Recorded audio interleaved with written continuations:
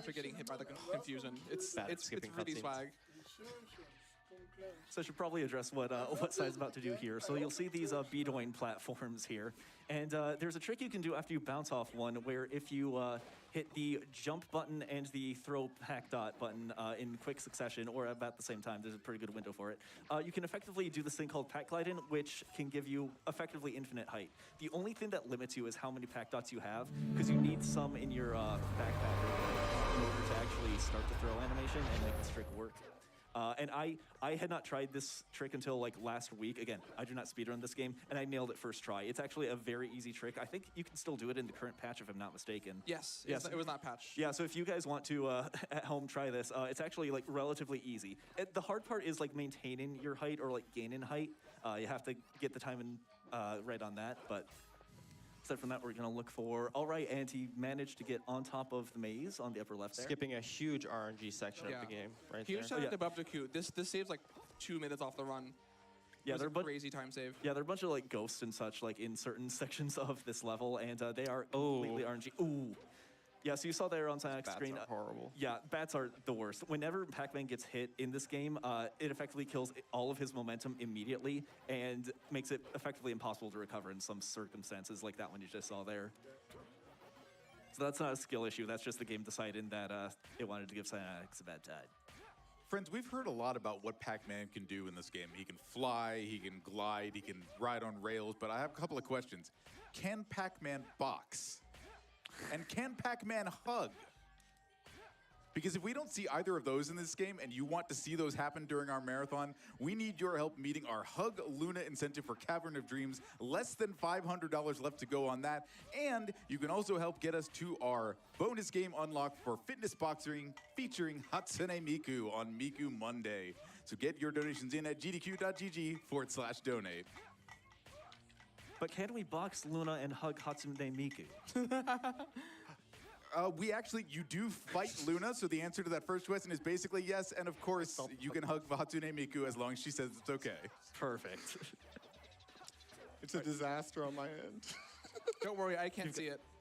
You've got this, I believe in you. I let go of the glide too early because I was like, I'm definitely on top of the invisible wall. I had 5 pellets, I had enough pellets, I didn't run out. Oh no, I just let go too early. Quick, Psionics, your shoelaces are untied. Oh wait, really? Don't worry. Yeah. Actually, if you play Maze 3, it actually makes it go really fast, and so yeah. And I'm just showing whether like what you guys skipped. Yeah. You know, honestly, yeah, it is kind of a shame. Like these pack dot glides do skip some kind of fun parts of the run, but it also gets rid of some RNG, and that's awesome. And anything random is not good. We don't want that. And this run used to have a lot more RNG, and now it just has one really bad spot of RNG, or 2 really bad spots. 2 bad spots. Yeah. Spooky. So I guess we should talk about like the one gimmick of this level. So there are a bunch of different like routes. The like final quote unquote boss of this area is like a giant haunted tree or whatever, and its roots are all spread around this level. You can see one in the middle there, surrounded by a force field of sorts that only goes away once you eat all of these ghosts. Very well done by Psionics there. So once you defeat it, you'll be able to go to the next one. You'll get access to that. However, that's the only one we'll defeat in sequence, because in a little bit here, we're going to see a familiar-looking trick done in a very different way. And that will effectively just get us right to the final area of the level and bypass, I think it's like 2 routes that we no longer have to worry about. Yeah, some of my friends were telling me or asking me, how's this a Pac-Man game? I don't see him eating any of the ghosts. We are the ghosts. What are you talking about? True. I'm Pinky. I'm Clyde. Hi. I missed that cycle. The red one is Blinky, supposedly. So I guess by default, I'm Inky. Oh yeah, cool bug fact for anyone who doesn't know. In the original Pac-Man World 2 and also other pieces of Pac-Man media around that time, they just kind of forgot what the ghosts were called, and they switched the names of Blinky and Clyde, the red and orange ghosts. So in the original Pac-Man World 2, actually, I think the first boss of this game is called Blinky's Frog, which is the orange ghost, but actually it's supposed to be Clyde's Frog. So they fixed it in this game. It's a little confusing sometimes. Yeah, so you'll see Sai in the upper left here. He's doing the same pack glide up to this Bedoin. He's going to bounce off of that and then do some more pack glides in order to reach. There's a wall you can see kind of way below Pac-Man there, and we're going to try to ledge grab and or land on top of it because Bandai Namco really did not want people going above this wall, so they extended it so high. Not high enough for us, though. So once Sai's on top of that, you'll see him effectively just rev roll to the final area. This does take a little bit of time lost to some get height. to. Yeah, the timing's pretty tight to be gaining height quick enough to make it up there. Yeah. So. Luckily, you'll almost never be too low on pack pellets to, not Yeah, be you able to usually recover. won't run out, but you can lose a lot of time there if you just keep like not gaining enough height. if Yeah, I you think we do it didn't slowly. mention in night crawling, you have to like Okay. route the whole level to get pack tots. This one, there's so many pack tots. Yeah, you go out of your way in night crawling for It's pellets. so yummy. All right, so this is the final area on Psionic's screen there. So we're going to try to get a power pellet here. You're doing the trick, right? Yeah, I'm gonna go for it. Perfect. I'll let him talk about what this is. All right, so basically, oh, I didn't get it. Okay, Aw. but basically the idea was to, so items in this game sort of attract to Pac-Man when he gets close, so it helps with like collecting. And so I was trying to do that with the power pellet and like just drag it with me. I also got 1 pellet. That's pretty good. Yeah, one cycling that is not easy, you always especially if you get don't that. get the trick. Sai is those goes to RNG, but honestly, I think that they just really like Sai. I mean, I haven't been really getting it so much in attempts like before this, but Damn, he's lying too. I don't know. It just feels different after you do the dog glide. Like, I don't know. But now I'm on Spooky, so. Yeah, so this is the final boss of the game, or at least the 90% category. No spoilers. So this boss fight has 3 different phases. The first one is... There's a trick you can do here where you stun lock Spooky. Because of his movement after he gets hit, he will try to go to the opposite side of the arena compared to where Pac-Man is. But if you just kind of hover around the center, he'll get confused on where that is halfway through that process. So you can effectively just send him back and forth and hit him every single part of the way. Like now, yeah. That was very well done, Sai. I tried going for it, couldn't get it. It's okay. We got this. Yes, the second phase, Spooky's brought some friends. The one we want to hit is the one with the black logo Oh, I on his missed chest that instead of the hit. yellow. That's okay though. Yeah, his movement is like really, really consistent here. So this is probably like what I would call the most consistent phase in this fight. Definitely, yeah. Yeah, so you can just throw it up a little bit. I mean, like it will only cost like a handful of seconds at worst. All right, perfect, and we're headed into the final phase. Now, this final phase, Spooky has 4 different attacks he can do. He can spawn skeletons, he can put cracks in the ground like that. That's also a relatively fast attack. Second fastest of the 4, spawning skeletons is what we want to see, that's the fastest. If he summons meteors or electricity, those are the slowest. Yeah, electricity here is gonna take a while. Yeah, we call them bones. 1 bone run, 2 bone run, 3 bone, no bones. Yeah, so that's when he summons the skeletons. Those are like the slowest sort of attack. And that's the favorable RNG Yeah, that so, we want, so. yeah, so this is the quote-unquote attack. This is the part of the fight you want to see, because you need to rev roll Spooky 3 times in the head, and the only way to do that is if he lifts the ground like that. Looks like, let's see here, D-Tai is going for the stun lock. Yeah, I'm on trying to go phase for it. 1. There we go, got it back. Very nice, very nice. Yeah, I missed it the first time, but you can recover. This, I don't know how much was talked about, but like this phase, it's not complicated, but there's a lot of routes and a lot of RNG you gotta know. And like if you mess up the execution, you gotta change on the fly. There's a lot of kind of decisions being made on the fly there. Sure, for sure. Okay, D-Tai in the second phase. Looks like we're gonna get the second hit on phase 3 here on Psionic's screen.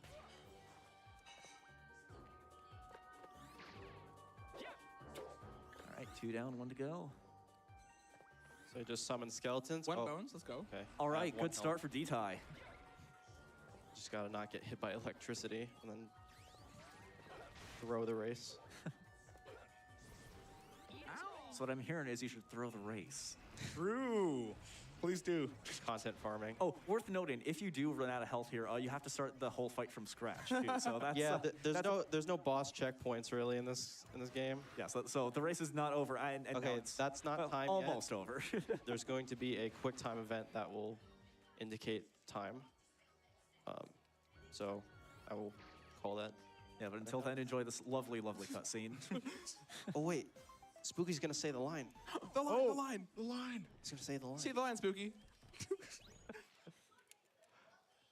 Cigar line. Cigar line, let's go! Shout out to the other D-Type home. They made those shirts. Burn with your precious Pac-Land. So long, Pac-Man! All right, I'm on the second hit here. Spooky is probably one of my favorite fights in the game. So fun. It's a good one. It's a fair challenge. Oh yeah, absolutely. Golden fruit, it's now or never. Please. Ooh, 2 bones. Strength. Nice. Bones. I've gotten 2 bones the whole marathon. Sometimes you're at his whim. Sometimes Spooky gives you no bones and you're just like stuck here for a minute. Sometimes you get 3 bones and that's like the best. You Yeah, can 3 get. bones is like so it's much heavenly faster. receiving that RNG. Yeah, at that point, you have appeased Spooky successfully. A piece. Not bad, Pac-Man. I'm enjoying this. Oh, and time is coming up for Sai, right? Oh yeah. Yeah, I'll call it. So, Spooky's gonna shoot this big meteor at me, and then us has golden pack somehow. And time. GG. Very well done, Sai.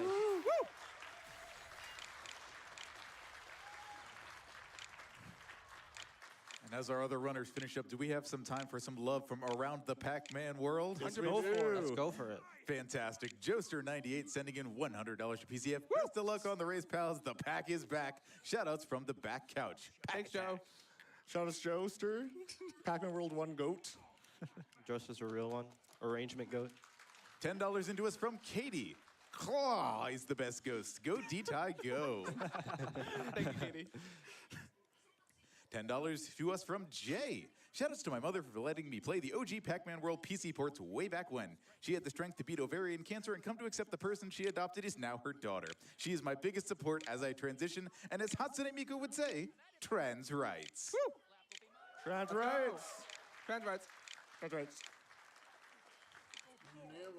He Who Am is myself with $25 into PCF and a question for Uncle Slam.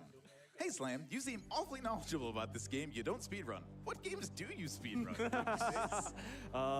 Pac-Man Adventures in Time, UFO 50, the original Pac-Man World 2, the All Mazes category, the one that has absolutely nothing to do with 3D platform at Time all. for me about that coming up right now.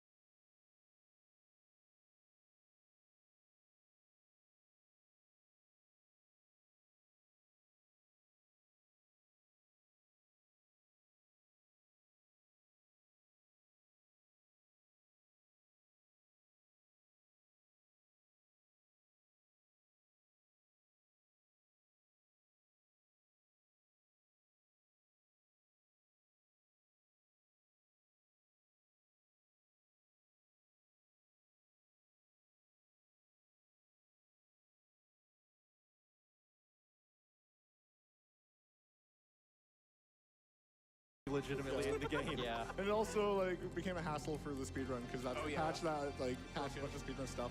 Yeah, we're playing a local patch. Time's coming up in like 30 seconds. I want to give a shout out to just the Pac-Man World Discord, or Pac-Man speedrunning Discord, not just World. Everyone there is really nice. A lot of resources there to learn the game. We don't have like a tutorial, but if you ask a question, we'll answer. Want to give a shout out to Sunglasses in particular because they made a bunch of really cool stuff for the game, including load remover and like the save file editor we used to make these costumes work for the run. So shout out to Sunglasses. Anyone else? You guys? Oh yeah, You knew there was something else. You just weren't sure what it was. It's the hardest part of the game because you gotta focus. I had to lock You really gotta lock it. Gotta get that cigar, you know? But yeah, any other shout outs we need to give? No, I mean, the Pac-Man community is like one of the most awesome like gaming community I've ever been a part of. Everyone's like you said, very nice there and so chill and very welcoming. So definitely, if you're interested in Pac-Man or Pac-Man speedrunning, drop by. Yeah, we have people who are interested in like any Pac-Man game you can possibly think of. So if you have any questions or anything else there, we are very welcoming. So feel free to drop by there as well. I also want to give a quick shout out to Nacho Brado. He ran the original Pac-Man World 2 back in AGDQ 2018. That's what got me into the game, and one thing led to another. And now I'm here doing commentary for this. Yeah. So Woo! I guess we will shout out to these two because I learned from watching their videos 2 months ago. So And now you beat me, you know? You surpassed your idol. The student has become the master. There we go. Waka Waka. And as they Waka say. Waka. Waka, well done to all three of you. Can we give one more round of applause to our racers here? You know, we normally time this with loader moves, so I might have won still. Yeah, loads was too long. We'll check the follow-up. Loads was too long. we don't have to check back the footage on that. Okay, but Just trust me, bro. Yeah. That's good, yeah. Thanks to GDQ for having us. I think that's all from us, right? Yep. Yeah. Have a good one, everyone. Thank you. Thank you. Take care, guys. Thanks for having us. Oh. Oh. No, you're not gonna do it. Come on. No. Oh. No. What? Yeah. Ah! I tacked that throw. No, you didn't. Good games. Good games. You lost though. Yeah. 0-2, it was close. It was very close. I swear. Well, since you did win our fighting game set, why don't you introduce us here? Hi. Hello, everybody, and welcome to GDQ, GDQ 2026. We are here with prizes. I am Jadelyn. This is Bobby. 0-2, it was close. Anyway, so we're excited to share some of our Monday morning prizes with you all. Happy Monday, everybody. Happy Monday! Woohoo! We love a Monday when it's AGDQ, at least. Well, you know what? Since I gracefully lost, let me go ahead and start us off here. First off, in the $5 tier, I'm going to be bringing up a Jazz Punk developer postcard provided to us by Satan herself. Satan herself! Fellow Patel, fellow friend of the show. This is really great. This is a very official. The actual developer of this game made this postcard. As you can see, right here. Maybe you would like to look here for a postcard, but no, this is super great. You actually cannot get any of these anymore. So, hey, $5, the donation will get you into the running to maybe get this into your home. Exactly, and we have here a really awesome prize. This is a $10 minimum donation for the Zelda Lo-Fi album. This comes to us from Motos. It is developed by Kuraga Records, and it has 10 tracks from all of the Zelda games that we know and love. It's this beautiful cover. It's got the Master Sword in the middle, and it's got things like the very first track is the Great Fairy Fountain. If you love lo-fi, I love lo-fi. This is an incredible prize. Again, $10 minimum donation.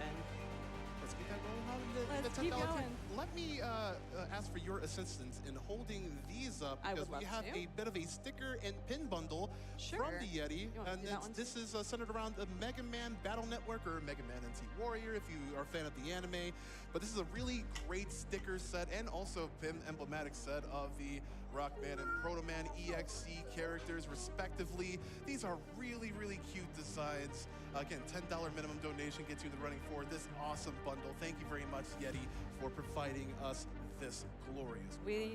Yeti always is providing so many great things. Speaking of great things, we just had that unbelievable Final Fantasy X run. So of course we have to have some Final Fantasy themed prizes.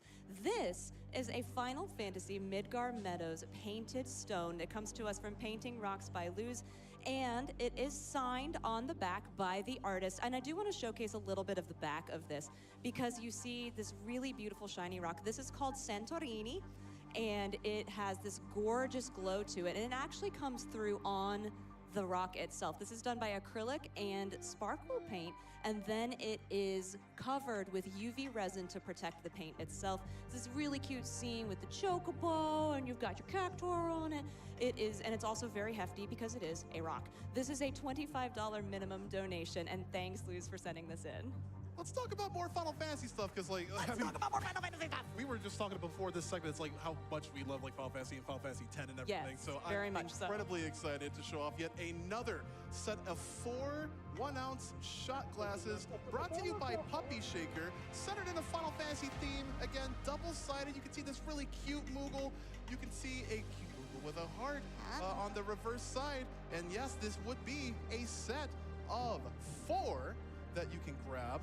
You see the Moogle, you see the Tonberry, you see the Chocobo, and you see the Great Cactuar, and again, all with reversible design. Like the other side of the cactuar. He's just like, ah! Are you a Wark or a Quay for Chocobo? Work. I'm a work. All right, Tonberry King. Oh, just look at the glorious and intricate designs of the Puppy Shaker. Again, thank you very much for the contribution, for providing this glorious prize. Again, $25 donation gets you into the running for that bundle. And finally, we have something, and I genuinely hope I'm not going to cry when I talk about it and play it, but we have official Square Enix Final Fantasy X music box that comes in this box. We do already have it out. It's got the iconic scene. It does play to Xanarkand. It does work. This comes to us from Motos. It's $25 minimum donation. I'm going to go ahead and get it wound up, and I'm going to try and hold it close enough to the mic so you can hear. Because if to Xanarkand means as much to any of you as it does to me and Bobby, it is an incredible, just soothing and yet melancholy piece that brings a lot of emotion. So I'm gonna try and make this work. I promise. I think I kind of got it. I hear. It's such a amazing. Yeah, it just makes me so happy. Yep. I mean, honestly, very full disclosure, Bobby and I were talking about how much Final Fantasy X means to us, and we both cried before this segment. So thank you. And I think that really speaks so positively to the games that we have here at AGDQ 2026 and how much it can mean to anybody in the audience and anybody at home. So thank you, and especially to everyone who has donated a prize, because your prizes are what brings so much of this to life. So thank you so much for that. And everyone, if you're at home and you've ever considered donating a prize, please do so. It's an incredibly fulfilling and rewarding experience, and we love to talk about them and get them featured. And we will have so many prizes throughout the week, hosted by our wonderful prize team that we love to have through many silly and serious segments. And this is still playing, and I'm just trying to make it not make so much noise. Anyway.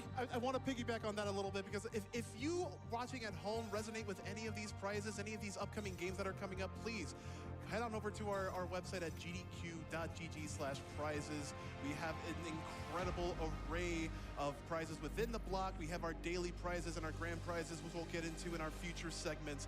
But make sure to have that bookmarked, get those donations in, because we have a whole bunch of, this is pretty much like the Saturday morning cartoon block for me. We have Dragon Ball Z coming up next, and I cannot wait for y'all to see that. So until then, we will be, I'll be seeing you like a little bit later on in the week. Thank you very much for joining me here. Yeah, and GG's, by the way. Oh, yeah, it was close. No, it wasn't.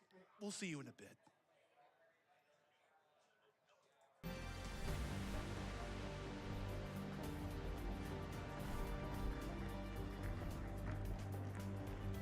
Thank you so much, prize team. Always great to hear from you and see the amazing prizes available for to be entered into win for donations at gdq.gg/donate.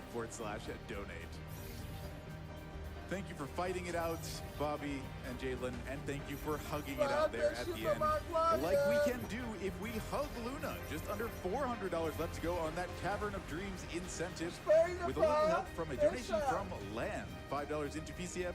Luna is just a little bat that needs some love. It's our duty to give them some. It's true, fighting, hugging, making enemies and making friends are all part of the same cycle, so we can keep that going and help make sure we hug Luna at the end of Mouse Shy's amazing run of Cavern of Dreams. Like, genuinely, let me gush for a little bit. The Cavern of Dreams, if you don't know anything about it, is one of those runs that I love the most at Awesome Games Done Quick, at our marathons. It's a game you may not have heard absolutely anything about, but it's so fantastic. You will be a fan by the end of that run if you stick around for it, so I cannot recommend it enough.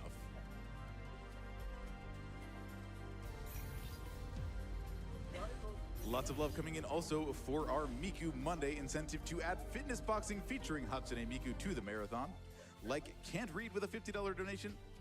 I heard Miku mentioned. Let's Mixercise by Cosmo P is one of my favorite songs of theirs, and I'd love to see it get on stage. Happy Miku Monday.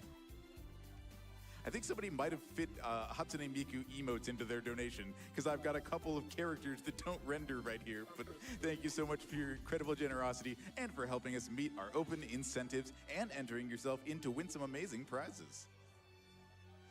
Shmoo with $10 into the marathon. 1, 2, 3, ready? Miku Miku Box!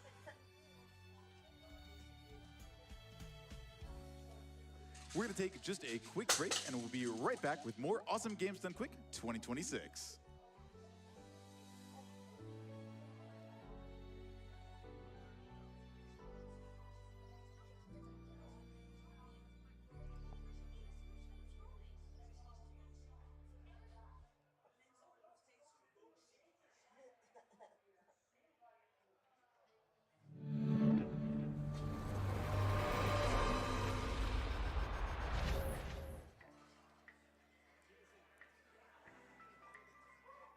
Some more love while we finish getting set up for Dragon Ball Z Budokai in from both the Pac-Man and the Miku community. Schmate sending in $50 to Prevent Cancer Foundation. Who is Pac-Man's favorite Vocaloid producer? Wawaka, of course. Happy Miku Monday, everyone. Birdie39 donates $20 with the comment, Miku Fitness Boxing? More like we're fitting this game into the schedule. Happy Miku Monday. Just a little bit of an off rhyme, but I like it. Thank you very much for your generosity and for entering yourself in to win prizes and help us get closer to our incentives on this amazing Monday of Awesome Games Done Quick 2026.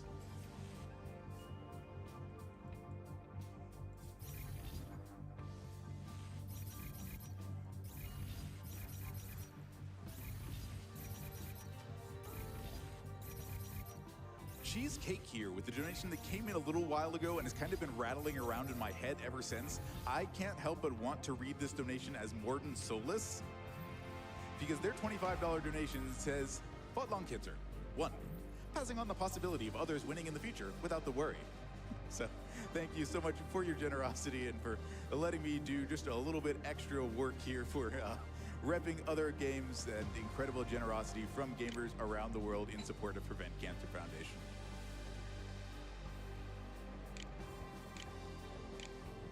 Aussie Pants 26 getting themselves in to potentially win the Midgar Meadows Painted Stone, the Shot Glass set, and the 2 Xanarkand music box that you saw in that previous prize segment with a $25 donation with the comment, gotta donate for all those sweet prizes.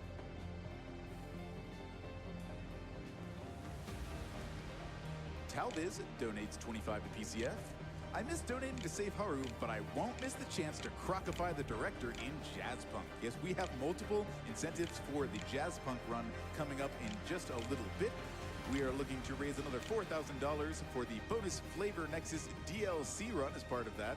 Jazzpunk is such a zany delight. We'd like to see as much Jazzpunk as we can up on the stage from the talented Osborne and Satan herself. And we also have the previously mentioned bid war to save or crocify the director. If you don't know what crocification is, you're going to learn, but you could also consider donating to make sure that it happens as part of the run. gdq.gg/donate.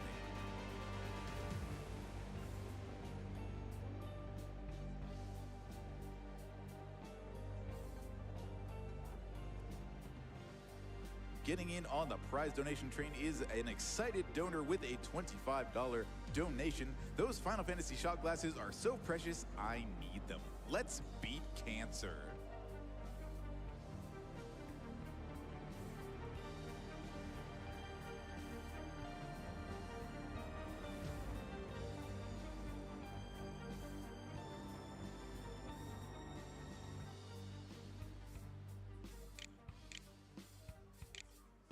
We also have a ton of generosity coming in from, especially from the Twitch charity tool, but from a number of donors who did not provide comments, but let their generosity do the talking. Anonymous with $5. Anonymous with $10. Gru Bane sending in $100 to PCF. Anonymous with $25. $50 to PCF with no name. Another $50 without a donor attached. $250 from Anonymous. Anonymous with $10.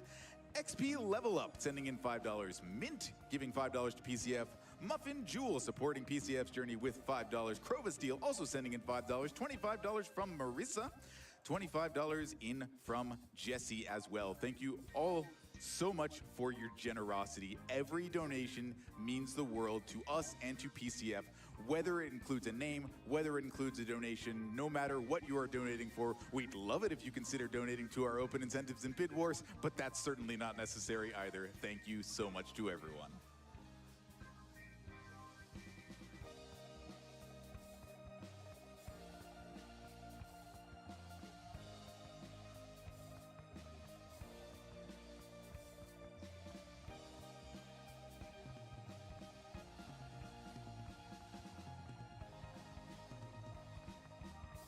Just a quick update on our Cavern of Dreams incentive. We are just under $250 left to go. The last 5% of the way there. Get us there as soon as you can, chat. You want to see more awesome games done quick. This time on Dragon Ball Z, the Rixer introduces us to his true power level with an 90% run of Dragon Ball Z Budokai. Let's see it.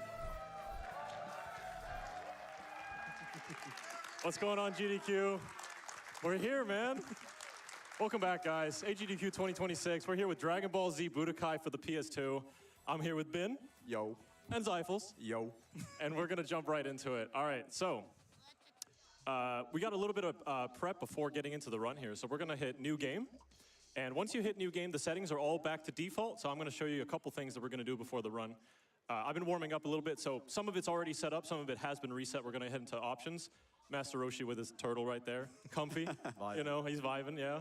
We're going to go into options here, and we're going to set this Japanese text to some other Japanese text.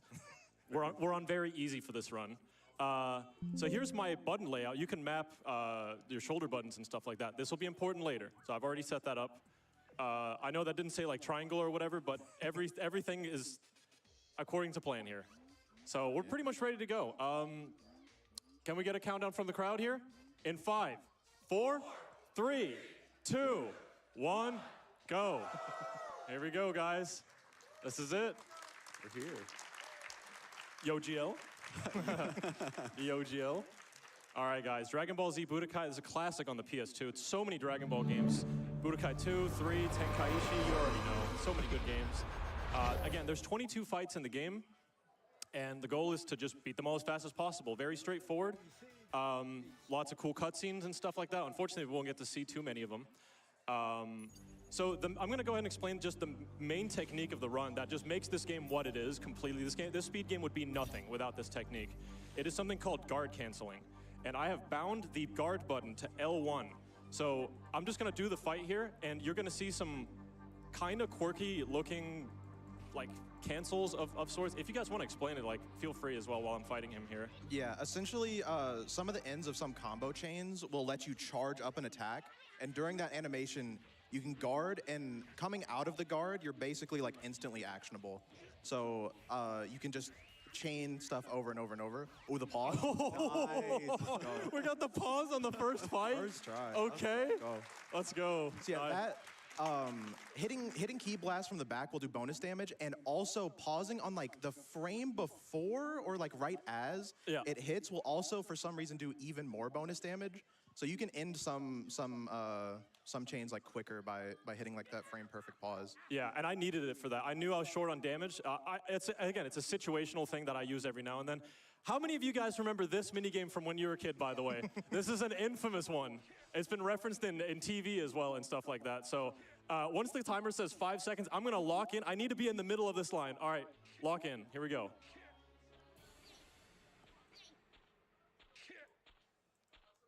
Yep, okay, yep. That looks super, like, easy. He can just, like, randomly whip to the side. Glad that's out of the way. Good. Not easy. Yeah, so that was Raditz. We're going to go through 3 sagas in this game. Some people are surprised that it doesn't end in the Buu saga. I do believe the Buu saga was still airing as this game was being made. So this game ends in the Cell saga. So we got Saiyan, the Namekian saga, and then the like Android saga, Cell saga, whatever, at the end. So here at the beginning, we're going to fight Raditz. Coming up next is Nappa. We're still going to beat Goku. We're going to beat Goku for the majority of the run. There are going to be some other characters that we're going to be playing as later. Slightly less favorable character. Yeah. Goku is like by far and away the best character in the game. As it should be. Like literally, like yeah, he's the strongest. So I'm going to be doing the same combo as I did on Raditz. However, I have a 10% damage increase. I'm going to transform into Kaioken ×2 at the beginning to get a free stun, and it makes a funny noise. And Nappa makes, I don't know, he's got like no clothes on, and like,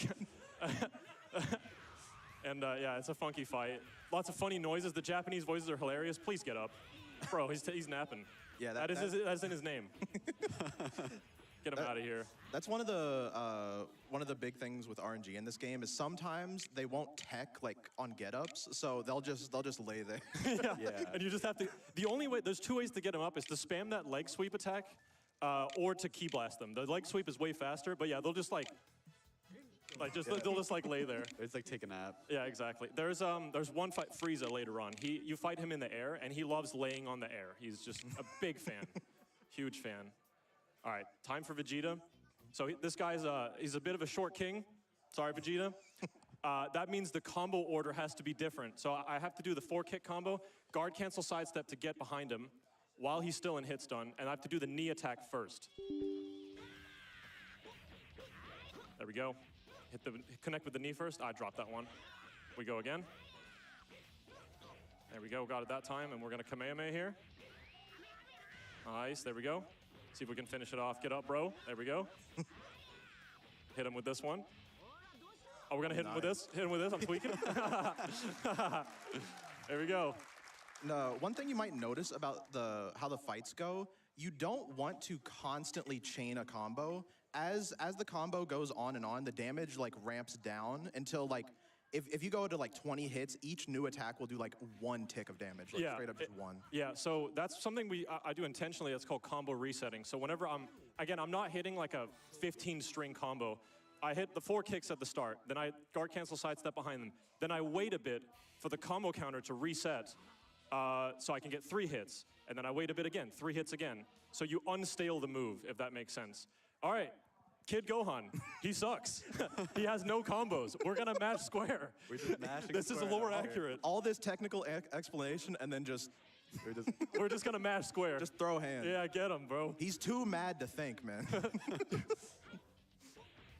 I just have to hope he doesn't block. Yeah, that's the thing. That's literally, this is going well. Oh, get him. Okay, that was like money. Awesome. That was actually money. Let's go. Let's go, Gohan. Nice. Huge. Okay, sick. And Krillin tries to help, but he's not doing great.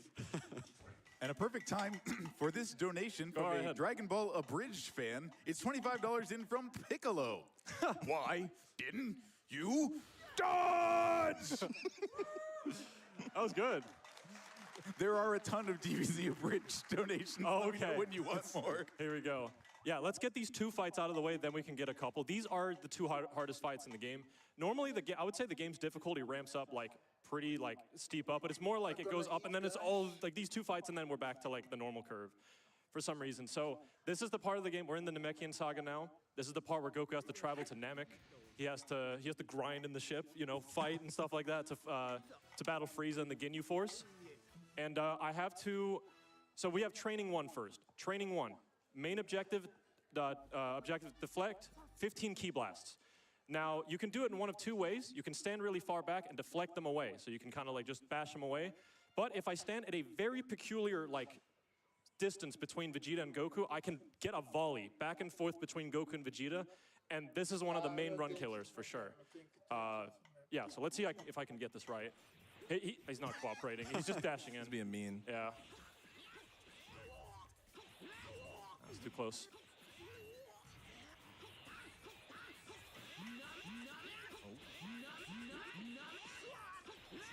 Ah, come on, go up.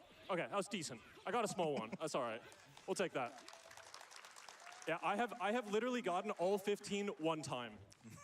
I have a clip of it where like I see all 15 go through. I like slam my split key, and my game like turns green for like a second. Like I like messed up my capture card or something. Shockwave. Yeah, I know. I like slammed my table. I was like, I couldn't believe it. All right, training 2. I legitimately have warmed up my shoulder with like a stretching band for this. This is insane. I have to start a clash attack and spin the control sticks and the D-pad. This is a workout on the shoulder. So here we go. Also, he will like to not cooperate here. Oh, nice. Let's go. Oh. Ah, come on. So I want him to... That's the move. Nice. Come on. Oh. Come on. Okay, so now he's a bit too strong, so I'm going to just go ahead and let him attack me. Nice. Okay. Nice. So he destroys me faster than I do here. So I'm just going to let him do it. Psych. I got you, bro. Okay, there we go. That was pretty good. That was pretty good. Yeah. Not bad at all. So, image training genuinely a super underappreciated part of Dragon Ball lore. Yeah, really I cool know. to see it show up there. Yeah, no, it's sick. So the main thing, that's also a huge run killer training too, is, gee, I'm exhausted. Is Vegeta, I don't know for whatever reason, but he'll throw out uppercuts. You can't clash with those. You're waiting for the one where he's standing with his arms like that. That's the one you can clash with. I need 5 of those. Here we got training 3. I'm not actually like fighting Vegeta. I think it's just like a hologram or something. He's like a little bit more blue. Yeah, he's more bald. The hairline. He's got the hairline. Hey, look, man, I can't talk, man. I got the Vegeta hairline. Like it's getting there, man. Yeah, I'm 30 this year. Growing up is getting the Vegeta hairline. It really is. Get out of here. There we End go. game of every guy. We're getting there, man. All right, Goku's ready. He's ready. Now we go to Namek. We're gonna fight a couple of the Ginyu Force members, and then we're gonna go straight to Frieza as well. I think we got some time while we get to Namek. You've got it. The community and Dragon Ball Z fans from around the world showing up. Delta the Techie with $10 to PCF. Good luck, Ricky. Wishing for a good sell. Yes, we'll need that. And another DBZ abridged for you. It's $50 from Son Goku. You know what they say, Vegeta. When you fall off that horse, you get right back up and you eat that horse. That's a line? Oh, absolutely. Oh, okay. Not surprising. Pseudo Aquarium also sending in $25 to Prevent Cancer Foundation. Dragon Ball and GDQ both mean a lot to me, and I'm more than overdue to donate. Thank you to everyone involved in this event for the stellar job. Dragon, rock the dragon, Dragon Ball Z. That intro is actually only in the NTSC version, I believe, maybe. I do believe you're right. I think the J version, which is the one I'm on right now, has 2 openings. But here's Raccoon. He's also like Nappa. Get some clothes, bro. Like, that was perfect, by the way. That was sick, actually. I didn't want to look at him for too long, you know? Look, Nappa's just a JRPG character where less clothing actually means more armor. Yeah, exactly. At least that's what he thinks. Okay, so that was Raccoon. Now we're gonna fight Ginyu. He's gonna show up and okay. So Ginyu likes to at the beginning of the fight. You might see that I'm not fighting the opponent like right away. I have to wait for it to say like ready and then go. Ginyu can jump over me. He can like backstep. He can like swap around. A lot of the different fighters can do that. Frieza is after Ginyu, and he loves to do that. He loves to teleport around and stuff like that. I'm basically hoping that they get up right next to me so I can get the free stun right here. Okay, that's good. That's what we want. Didn't get the combo reset there, but this should still be good damage. Should probably point out eventually, like, the names. Yeah. Oh, yeah, I love Gnu. Yeah, you're not fighting Ginyu. Yeah, I'm fighting Gnu, and I'm Son Goku. Yeah, Goku. Yeah, great fight. That was good. The names was funnier, though. Thank you. Okay, so now I'm going to be playing as Gnu, fighting Son Gokao. Yeah, so in the lore, Ginyu will use his body change technique on Goku. So now we've swapped bodies. So I'm going to be doing one fight as Ginyu. He's not horrible. Definitely worse than Goku, but it's mostly just he's got no transformations. So his I'll get into the transformations thing a little bit later, especially as we get into the other fights with Goku. But again, forward punch kick is a good starter to get behind him here, and then we're gonna just start doing damage from the back. You deal more damage from the back, and also they can't block from the back. Yeah, that move is so funny. I'll spam it at the end. The sound effects, man. Yeah. You'll hear it here. Yeah, that little trio. Oh, punch. bro. Okay. Yeah, this one. Nice. Okay, that one pretty decent.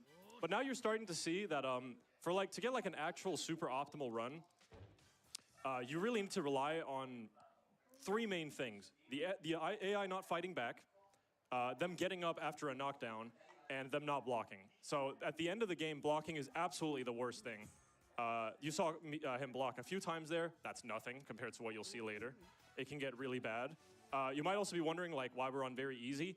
On very hard, they literally just block 10 times more aggressively. I don't even feel like they're harder necessarily. You're just punching into their guard for like a minute, hoping to break through. So it's like overall a more boring run. It's actually just way better to play on very easy. So next up, Frieza. We're gonna be fighting him a couple times.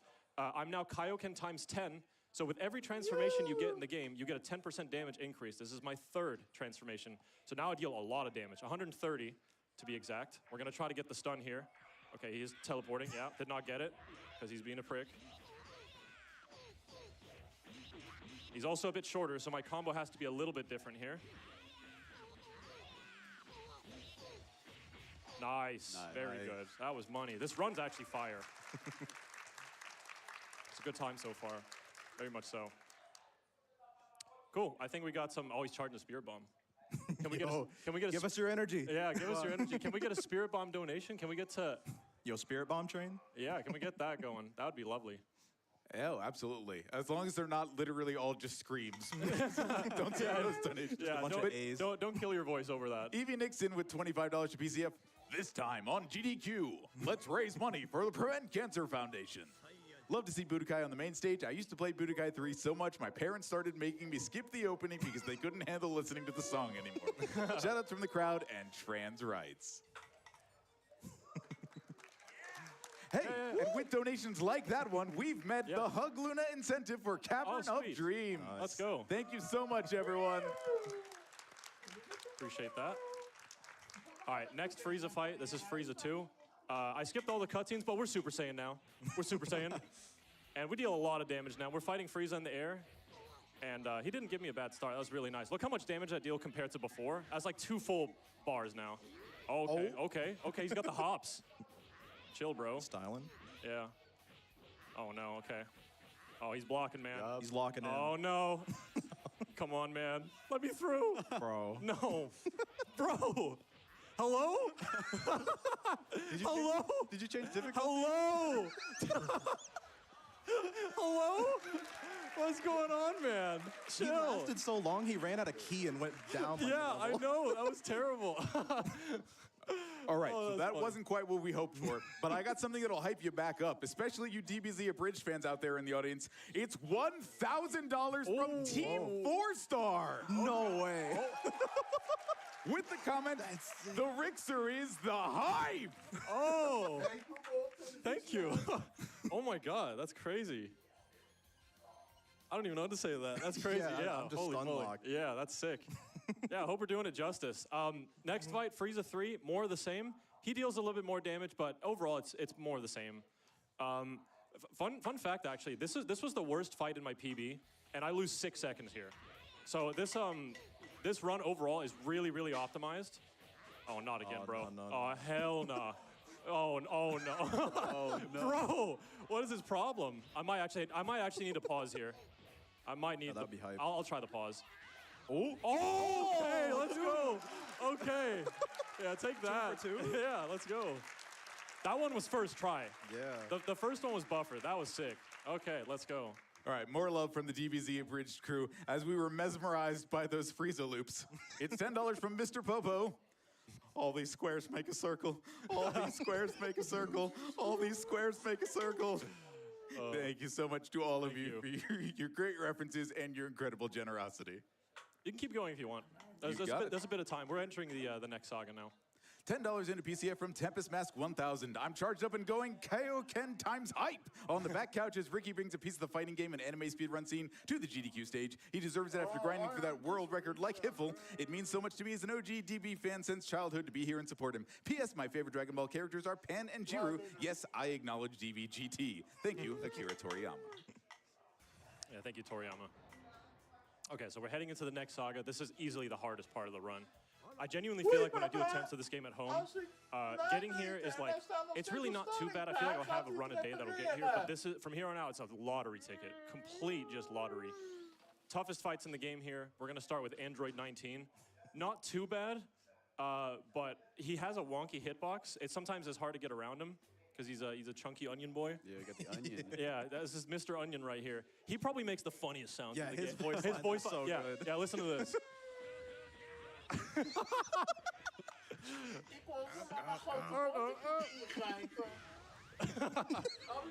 Sounds like it just slipped on a banana peel. Oh, we're gonna need the shoulder bash? Okay, nice, there we go. The dash attack. There we go. Thank you all. Okay, so now we're gonna head into one of the worst fights in this run. So training is definitely like the early run killer. Everything from here on out is a run killer, pretty much.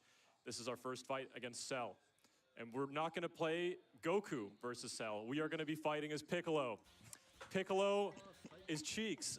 Unfortunately. He is kind of bad. Your goat is washed. He's not horrible. He's just got no gap closer, and Cell is really like he's all over the place with the spacing. So if he's far away from me, my only hope is to dash in towards him. So I really hope that this fight just goes well. Also, Cell loves blocking forever. He's got this 4-kick combo at the beginning. I need to just hit the 4th kick so I can get behind him while he's still at distance. Again, I'm trying to guard cancel that charging move, basically. I'll try and show it off at the end here. We haven't really super talked about it a lot since the first fight, but okay, he's already given me trouble here. Whoa, chill, man. Okay, that was my bad. I missed the cancel. Nope. Oh, he's being so mean. Yep. Yeah, see, yep. Bro. There we go. Okay, we got an opening. Nice, okay. I need one more. I've actually never been down by the water here. This is pretty funny. Very scenic. Yeah, very, very nice. What is he doing? Dude, just die. I'm gonna grab you. I tried. He read you. Yeah, he read me, man. Dude, oh my God. Holy. Chill, man. Chill. Yes, okay. My God. Hit him with the... We got a dab cancel. Yeah. We'll show you guys next fight. We call that the dab cancel. Let's get our energy locked back in with a $10 donation from previous runner Dylan J. Fox. Yo. The Spyro runner from Shout out earlier. Dylan, man. Ricky, thank you for being such a deep inspiration to me over the years, brother. Sincerely, year on year, there is not a person who embodies love for this hobby quite like you. Massive love to you. Massive love to the wonderful PlayStation Nation. Thanks, Dylan. Appreciate it.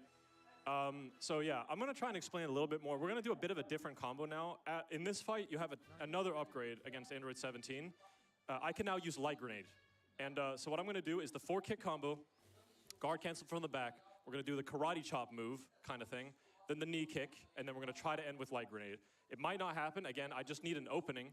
And then the execution on it, there's a couple like few frame connects that I need to hit. Very good, come on. Yes. Get knocked up? Yes. There we go. We got it. That's really good damage early on. Just need one more opening. Let me through, bro. He's taken some chip damage from the opening. Oh my God. Piccolo's kick is terrible. Yeah, it's so bad. It can miss a lot. Oh wow, he tried to grab me. Now at this point, we're just kind of hoping he lets me through. Yep, come on. Okay, good, nice. Dab cancel? Thank you guys. All right. Yeah, those two fights, they always just go wrong. Like, literally, most runs just come to die there. They're some of the hardest, just because Piccolo is not ideal for that, and the fights are super hard. Speaking of Piccolo and the Namekians, $50 in from Hermit Code Monkey to PCF. Now, gather the Dragon Balls and wish for more money for AGDQ. Thank you. Love to see it. All right, so now we're gonna go ahead and fight Cell with Goku, and this is the last time we'll be fighting with Goku. Sadly. Yeah, sadly. But we got a new character at the end. He's not too bad. It's just our opponent is really, really tough. But yeah, I just really quickly wanna plug something real quick. I kind of got into this game just by stumbling upon it on Twitch, really. Like I just found this guy called McNuggets. He was running this game, and it looked like a lot of fun. And I kind of just got sucked into the whole thing, and I tried to learn how to do all the guard cancels and all that stuff. And I ended up making a YouTube video on this game. And is it good or is it bad? What do you guys think? I'm gonna keep it a buck. It was awesome. Thank you. I hear some people yelling something. I can't hear you guys. Appreciate it. Somebody's yelling the goat. Thank you. Yeah, give it a watch. You might learn a little bit more about the run in general. And it also goes into some of the history. I love speedrunning history in general, just diving back to those old SDA forums, SRL forums, like looking for, you know, just the first kind of strategies for the game. That's one of my favorite parts about speedrunning. You know, sometimes it is about what we're doing right here, right now, but literally what I'm doing here, is the culmination of everybody that came before me who was running things and finding different strategies. Like, when I came into this, I found a couple new strategies, and then somebody else after me found a couple new things, and then, like, there's always these new runners coming in with a new perspective and finding new discoveries and stuff. For this game, the main thing is just consistency. Like, we're just looking to make these fights more consistent in the long run. Here we are with Cell, by the way. Teen Gohan versus Cell. He has no good cancels, so the only way to really get him is by juggling. I hope you like Cell, because you're going to be seeing him The rest of the run. Yeah, he's going to be a problem. And he's already causing some issues here.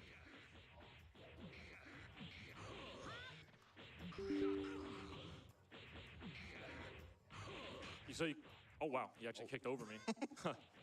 So you might see that whenever I knock him up, if I can, I start dealing less and less damage. Like, I could keep juggling him for like longer than that, but at 14 hits, I stop dealing damage. Bro, why do they always do this? Like, no health left. Oh, he tried to grab me. He tried it. Okay. Okay, he's down. Down for the count. You're going to see Cell everywhere, and you're also going to hear from Perfect Cell with a $5 donation. Everything about this run has made me violently charitable. Oh, look, now you've got Vegeta donating too. Look what you made us do. Thank you very much. Okay.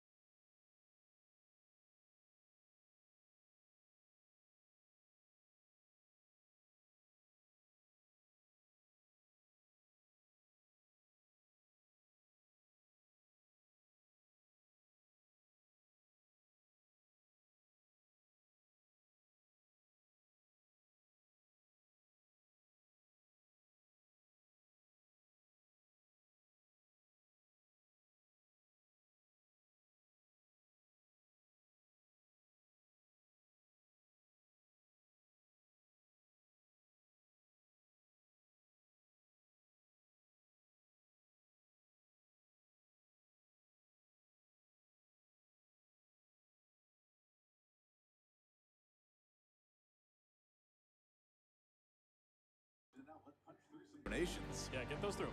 $25 in from Android 16. It looks like I have no other choice but to donate to Prevent Cancer Foundation. Let's dunk Goku, I mean cancer, into the moon. Appreciate that. He's sending those donos from the grave. A donation for $10 keeping us honest. This has no name, but it wonders what's the Krillin owned count for DBZ Budokai. $10 in from Vegeta. I am the hype. $10 in from Kinetica. Where's the moon? Where's the dang moon? And Vegeta, what does the scouter say about Chloe's power level on their donation? It's over 9,000 pennies. And that was a $90.01 donation. Oh.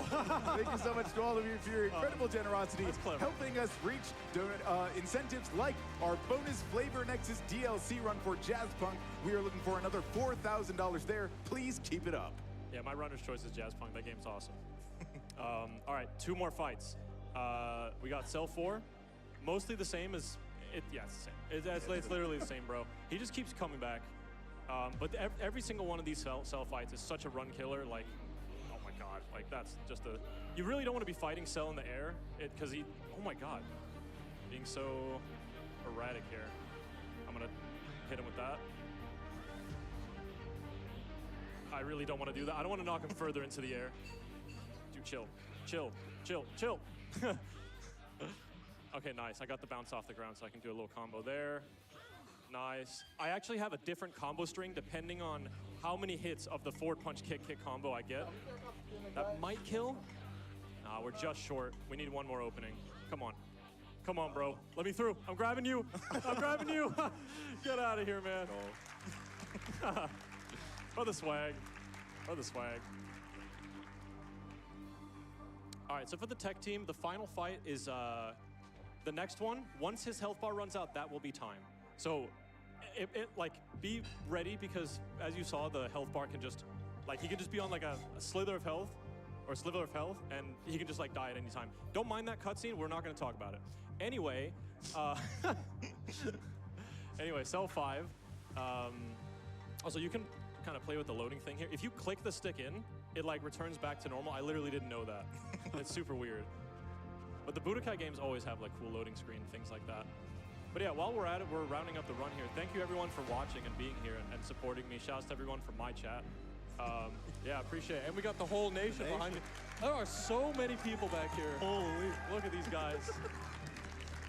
Thank you all for showing up, man. I really appreciate it. Thank you guys so much.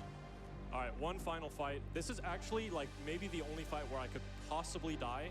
I only have 2 health bars this time, and if Cell transforms into his like perfect like weighted transformation, he'll deal a lot of damage. So you gotta lock in here. Hopefully he doesn't live with like 1 health here.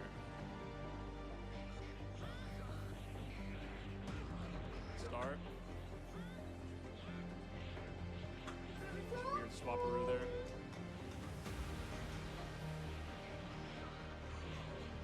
Nice, come on. Nice. Oh, chill. Give me a couple more. Let's go, come on. All right, one more opener. Let me in, come on. Let me through. One more. Let me through, come on. Not like this. Come on, bro. Come on. Let me in. Let me in. Oh. Okay, come on. And time. Let's go. Yeah. Let's go. That's that. Let's go, man. What a perfectly appropriate dramatic finish. Yeah, I know. I got some crazy blocks this run. I didn't see anything like that in the practice room. That was nuts. Rip Trunks. Yeah, Rip Trunks just immediately gets annihilated after this is over. All right, well, that's pretty much going to do it for me.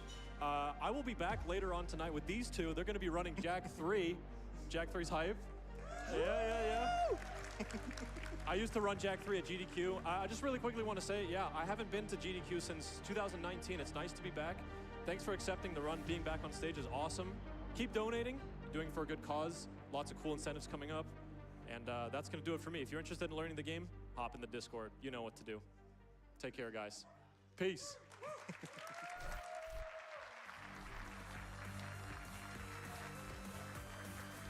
Thank you so much to Ricky again for that action-packed run of Dragon Ball Z Budokai. We're gonna need a few minutes to quietly scream back here and take a quick break to recharge our power. So we'll see you right back here for more Awesome Games Done Quick 2026 in just a minute.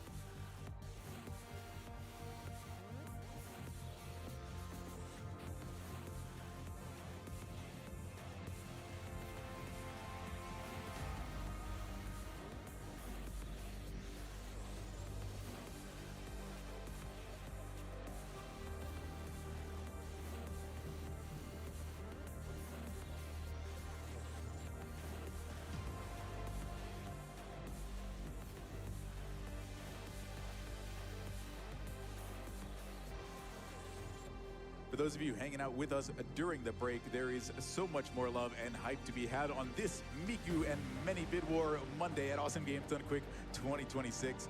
We are looking to make some more progress on our Flavor Nexus DLC run to be added to Jazzpunk. Just over $4,000 left there. Keep the pace up. That run is coming up very soon. We're also deciding whether to save or crocify the director. I got a note from donations that said that they thought that might involve putting Crocs on our runners or maybe on the character in the game. If you want to learn more, get those donations in at gdq.gg/donate.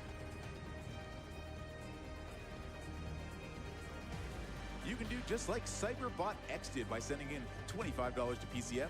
And Cyberbot X also got entered in to win many of our amazing prizes during the current prize block. With the comment and the donation, it's Monday, I'm at work, but AGDQ is here to make the work week a little more tolerable. Best of luck on the runs to everyone. Put this to the bonus run in Jazz Punk. Thank you so much, Cyberbot X.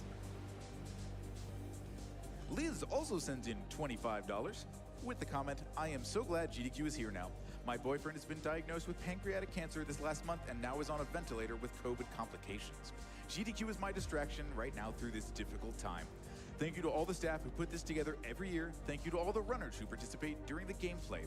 You are all deeply appreciated by all of us here watching, and thank you to my World 9 gaming family who are running the practice room there. I hope everyone has the fastest runs this week. Trans rights, less than 3. Thank you so much, Liz, for sharing that with us.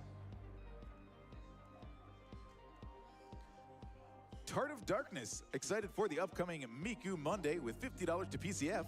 Hatsune Miku seems like too powerful an eldritch entity to box, but man's hubris truly knows no bounds. That's some interesting lore for Hatsune Miku there, but you might have to reach out to Krypton Future Media or whoever owns the rights to see if you can get that officially enshrined as lore. Omega Fulf with a simple but always powerful sentiment and a $10 donation, trans rights, and also trans lefts. Hey Burger sending in $50, helping us get towards that bonus Flavor Nexus DLC run with the comment, thank y'all for all you do. Thank you so much, Hey Burger. You and many other people donating like you are the reason for the season. Just a quick update there.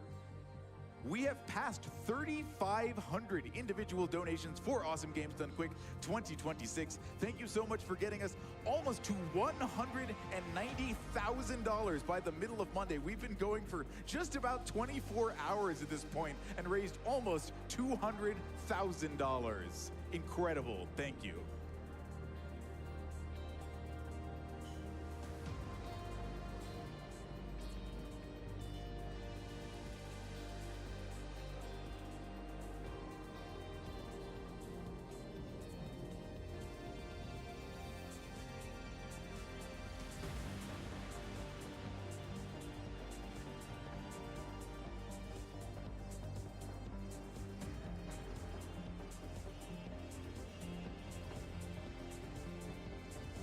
More generosity coming in from Dragon Ball fans around the world.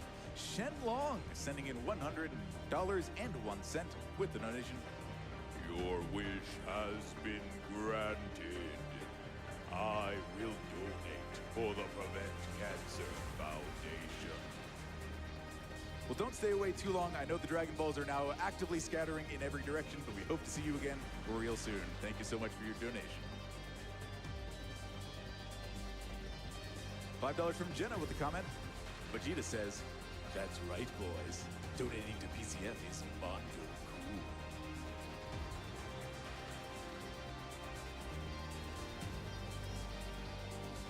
cool. If you're just rejoining us on this Many Bit Wars and Miku Monday for Awesome Games 2026, you are just in time for some more amazing speedruns. My name is Atitri, and I am looking forward to being your host through the upcoming Cavern of Dreams run.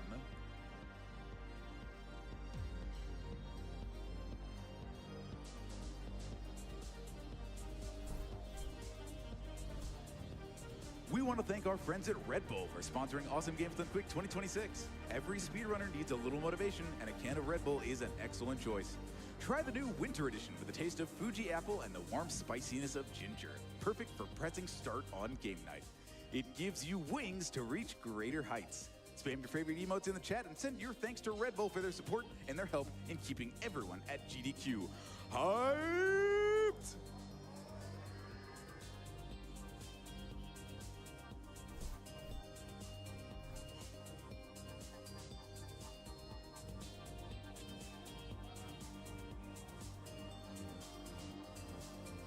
All right, I've gotten word that we are ready to hunt down all the eggs in Cavern of Dreams and to give Luna a hug at the end of our run.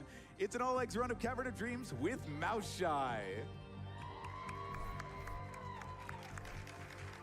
Thank you, T-Tree. Hi, I'm Mouse Shy, or just Mouse.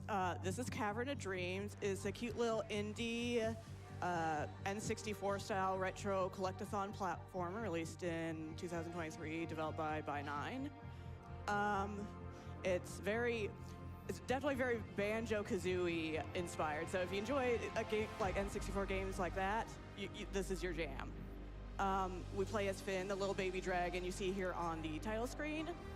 The basic premise of the story is that Luna has stolen all of Finn's unhatched siblings, all 40 of them, and Finn must run around the Cavern of Dreams and find them. And that is what the category All Eggs is finding all 40 of Finn's unhatched siblings.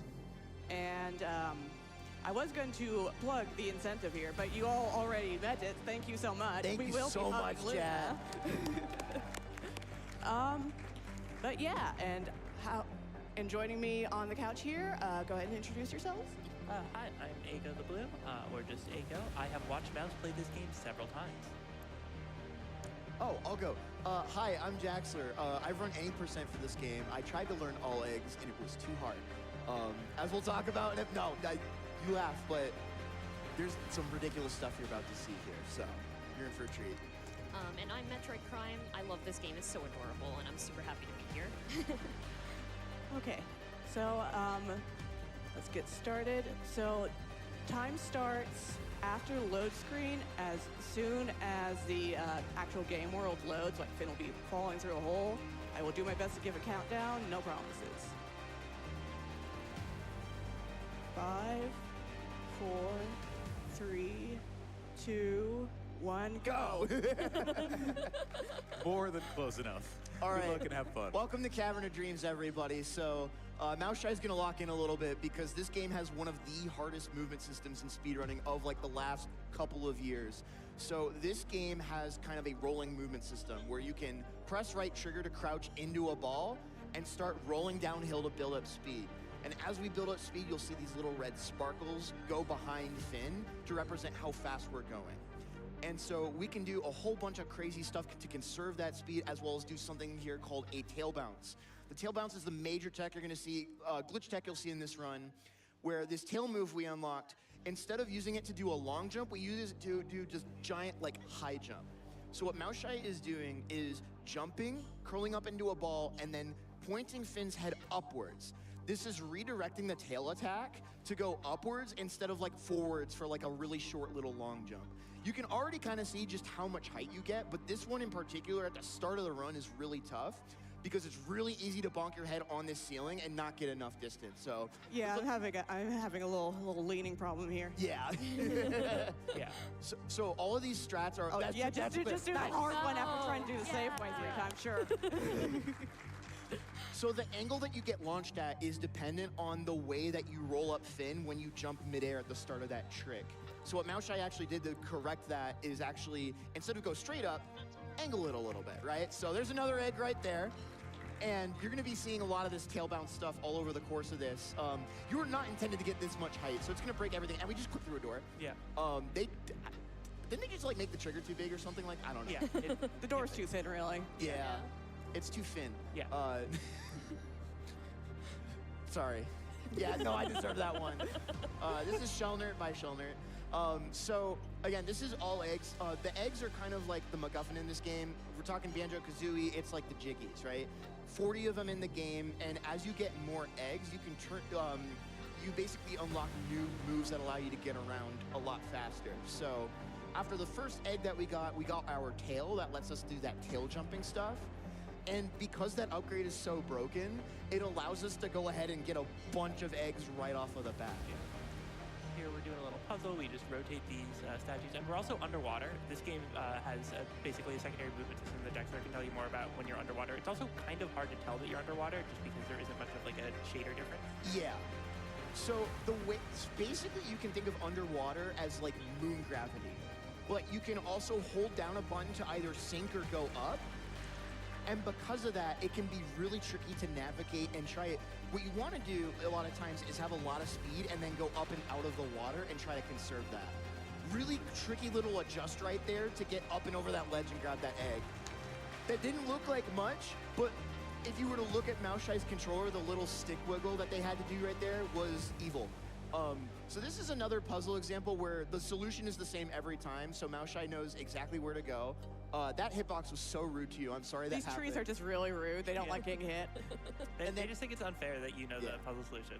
And then right here, there's what you're intended to do is get these this boots power up that allows you. It's like the Ocarina of Time hover boots. But what if you just tail bounced over it? Yeah, just tail bounce over all your problems. Just get out of there. Simply go up. You can leave through the ceiling. You can just give up. Stinks bricks. Real winners jump. Yeah, and so something worth noting as well is, well, you've probably seen it already, this roll speed movement is very, very fast. And as it probably looks like, it's really, really difficult to control. When you're at high speed, it's really tough to turn around. We'll see if Mount I'll give this jump one try. Yeah.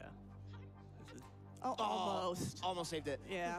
So normally when we do tail bounces, we tend to hold still and then jump and then rotate. Yeah, this is a safe setup. But you can do a running tail bounce, and it's really swag, but it's also really hard. Yeah, you basically, because of the way the level geometry is, you kind of have to have an individual setup for every jump. Yeah. Something we're seeing Mouse do in a couple places is pull up the pause menu, because when you pause in the middle of when you're headed up, it will reset your momentum, which you can do to avoid bunking in the ceiling. Yes! Yeah, That is the strat that made me quit learning this category. That strat is so hard. You're doing a tail bounce off of an upward slope, and then you immediately do a cutscene skip right there by tail bouncing into that card collectible. And then the running jump? No, not quite. But we're gonna grab this egg from underneath. Yep. Easy peasy. Yeah. Hitboxes are a suggestion. And then we're gonna grab one more egg right here and then do our first quit and reload. Every time we save and quit, it keeps our egg count intact, but takes us back to the start area. So. And T, give us like 2, maybe 3 quick donations. You got it. Something very special to start you off with. It's $70 to PCF from the Cavern of Dreams team. Oh. From the Super Rare Publishers and the By9 Studio dev team behind Cavern of Dreams, a huge Luna hug and thank you to Maushai for speedrunning our game to raise funds for the Prevent Cancer Foundation. Thank our you so thanks much. as well to Ico, Metric, Crime, and Jaxler. Your commentary will be nothing short of extraordinary. Got time for one more. Yeah, one more quick Okay, one. Sweet Peeps, I love you. I don't like this donation. It's $5 from Sweet Peeps. It literally just asked me to squeak like a mouse.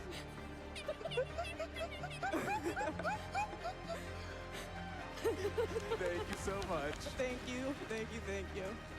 So after our save and quit, we talked to the sort of, I forget. Sage. Yeah.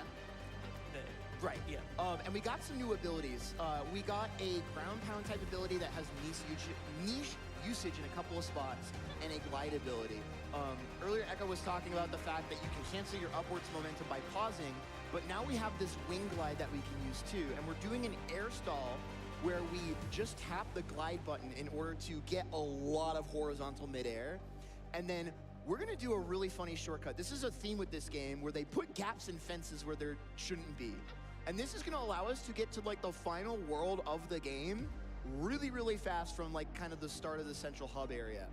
The way the progression's supposed to work is you're supposed to feed these like mushroom collectibles to some of your siblings in order to hatch them. And then they give you these like love or like hope points that like kind of gate your progress to some of the later areas. But every world in this game kind of has interconnected shortcuts. And they tried to make it so you can't exploit that, but they're, well, for example, exploits. Here's an air swim.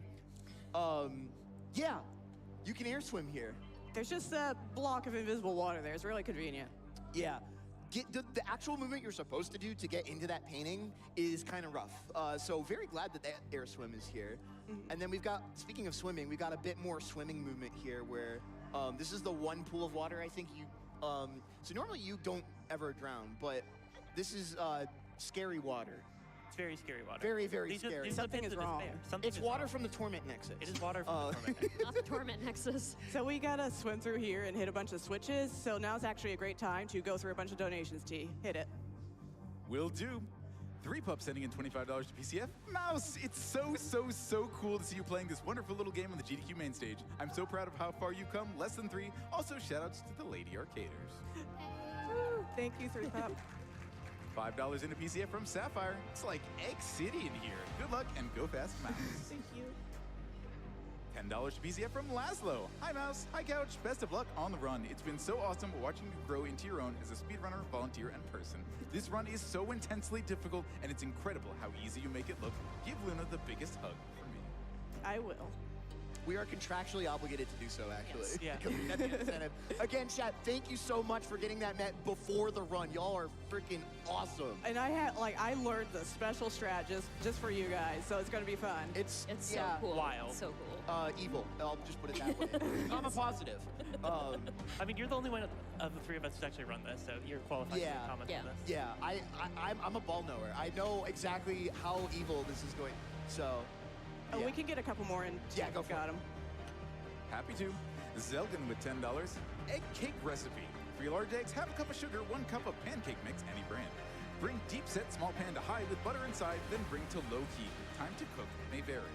But donations to PCF are appropriate anytime, especially when they go towards our bonus Flavor Nexus DLC run for Jazzpunk. Looking for another $3,700 there. Keep the momentum going.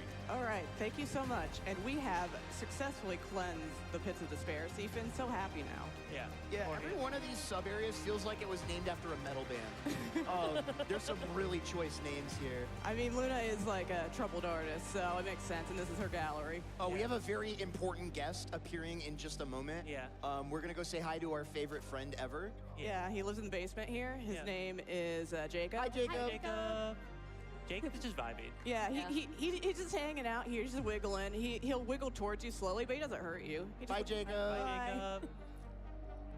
And so one of the big things with the movement that we're seeing a lot, especially, again, that's an underwater segment. I know it didn't look like it, but it was an underwater segment, is that because your fastest movement is being on the ground, it's really important to like conserve height and not like, sometimes you don't want too much speed going up a slope because you'll just go flying over the slope and that causes problems. All right, let's give this painting a hand real quick. 2 hands, actually. A hand and then another hand. Several hands. No hands were harmed in the making of this speedrun. So speak for yourself. I was gonna say. True. Are you okay? Do you need to do rest stretches? Are you good? I'm good right now, but I've definitely overdone it before. Oh yeah, no, I totally get that. Because like again, with the amount of speed that you get off of these like tail rolls, it's just like evil. So we're gonna do a tail bounce up here, and then we're gonna do a pause right there to cancel out of the ground pound like knockback animation. And then there's just another like button thing floating on the. I don't really know why that's like that. It like really. Because Luna wants to be tricky. Yeah. That was fun. SMH my head. By the way, that egg there in the middle is fake. It's a trap. If you get too close to it, Luna pops up, goes ha ha ha, and dumps it in the sewers. AKA the Torment Nexus. Yeah. Oh, I don't know why I went that way. I just felt like it, I guess. Yeah. Sometimes you gotta take an alternate route. All right. So you want to talk about this puzzle? Yeah. Okay. So we got little guy in the coffin jitters, right? Yeah. Rattles. Rattles. Okay. And there is statues with eyes, and he does not like this. I would also not like this. Yeah, Luna glued those eyes to those statues for some reason. It's not even. I mean, like, they're not even like properly attached. Anyways, you have to rotate the statues so that none of them are looking at him because he will be so sad. And then once he's happy, it opens the gate to the next area. Yeah, so we're going to see another great example of the air stalling with the air glide. Just completely avoid all the intended platforming and then just get rotated, idiot. So something we'll see a good bit here as well, we saw it when we gave that painting a pair of gloves, is that your moveset changes a little bit when you're holding an item overhead. Most importantly, you can't use your tail at all because instead you will throw the object. And most of the time, if you autopilot and forget, it's really bad. So this sub area, I like to joke, was named after my college degree. It's the Wastes of Eternity. This is meant to be kind of like the Gerudo Wasteland section, and you're intended to follow it. Don't clap for that. The egg is in the same place every time, so we just roll out and grab the egg and we're good to go. Are you saying you like wandered around lost in college when you could have just made a beeline straight for it? Yeah. Okay, gotcha. These things happen. It's really more like the waste of like 30 seconds. Yeah. And emotional bandwidth, but that's neither here nor there. Not trying to trauma dump at the function. So these wings are really fun. So we're gonna be throwing those into another painting, but they give us this really cool glide bit. Again, we can't tail bounce. So one mechanic in this game too is that similar to the like almost kind of the way that like 3D Mario triple jumping works. Like, when you jump and then land after a jump, if you press jump right before you hit the ground again, you get a little higher jump. And that's just enough height to get mouse up and over there. This is gonna allow us to toss that nice shot. And that'll get us an egg as well. And then this room might actually literally be the Torment Nexus of this run. This is such an awkward room to navigate because you need really good tail bounce height and really good air stall timing. There's kind of a rhythm to it, and sometimes you can drop a little bit too much height, and then you have to kind of improvise a backup here, but that should perfectly make it. Nice. And then we'll do another tail bounce to get up to here, and then I believe we're going into Coils of Agony next, right? Correct. Yep. This is a really cool sub area because there's gonna be snakes, but there's a lot of really cool tail bounces. Something you should know, everything that's like moving like in and out or activating, deactivating is on a cycle that starts the moment you load in. And so that applies to these flame pillars that are gonna activate and deactivate. Okay, well that's tragic. Snake. I mean, remember when I doesn't said matter too much. Yeah. You remember when I said this game is really hard to control at a high speed? Like, this just goes to show that Mao Shai is mortal. But we're gonna use this kind of like decorative snake head over here, go on top of like the eyelid, use that to get up here. The flames, typically on the fastest cycle, the flames will be active, but you can use the pause tag we were talking about earlier to actually cancel your knockback. And that can be really helpful there as well. So we're in a bit of a weird off cycle because of that fall there. Something to note as well is there's no like health or damage taking, it's only knockback. So as long as you don't get knocked off into the bottom or something like that, you're good. Okay, good backup, nice. Water, also snakes. The water is snakes. The water is snakes. It's just like that here in the Coils of Agony. And there's another ground pound cancel right there as well. And then we are going to, I called my save state when I was practicing this bit. Pipe pick place marker, we're gonna throw a fish. But also, if you have like a really quick 1T, go for it. You've got it. Birdsfly sends in $10 to BCF with the sentiment, glad I could catch this eggshell and run. Yeah, send in your best and worst egg puns for me. I want to hear them. All right, let's see if I can get it. Task track. Here, I'll do it a little slow. I think I'm a little too far forward, though. Yeah, we'll see. That's a fish. I love this fish. I've watched this many times. And No, not quite. I got in the eye socket, though. It's like eye socket, which does save time. But you can land right on the egg during that cutscene. Yeah, it's just like one particular place you can fall and hit the egg, and that like cuts the cutscene short, which is nice. But it's like I've gotten like 3 times, and I've spent hours practicing it.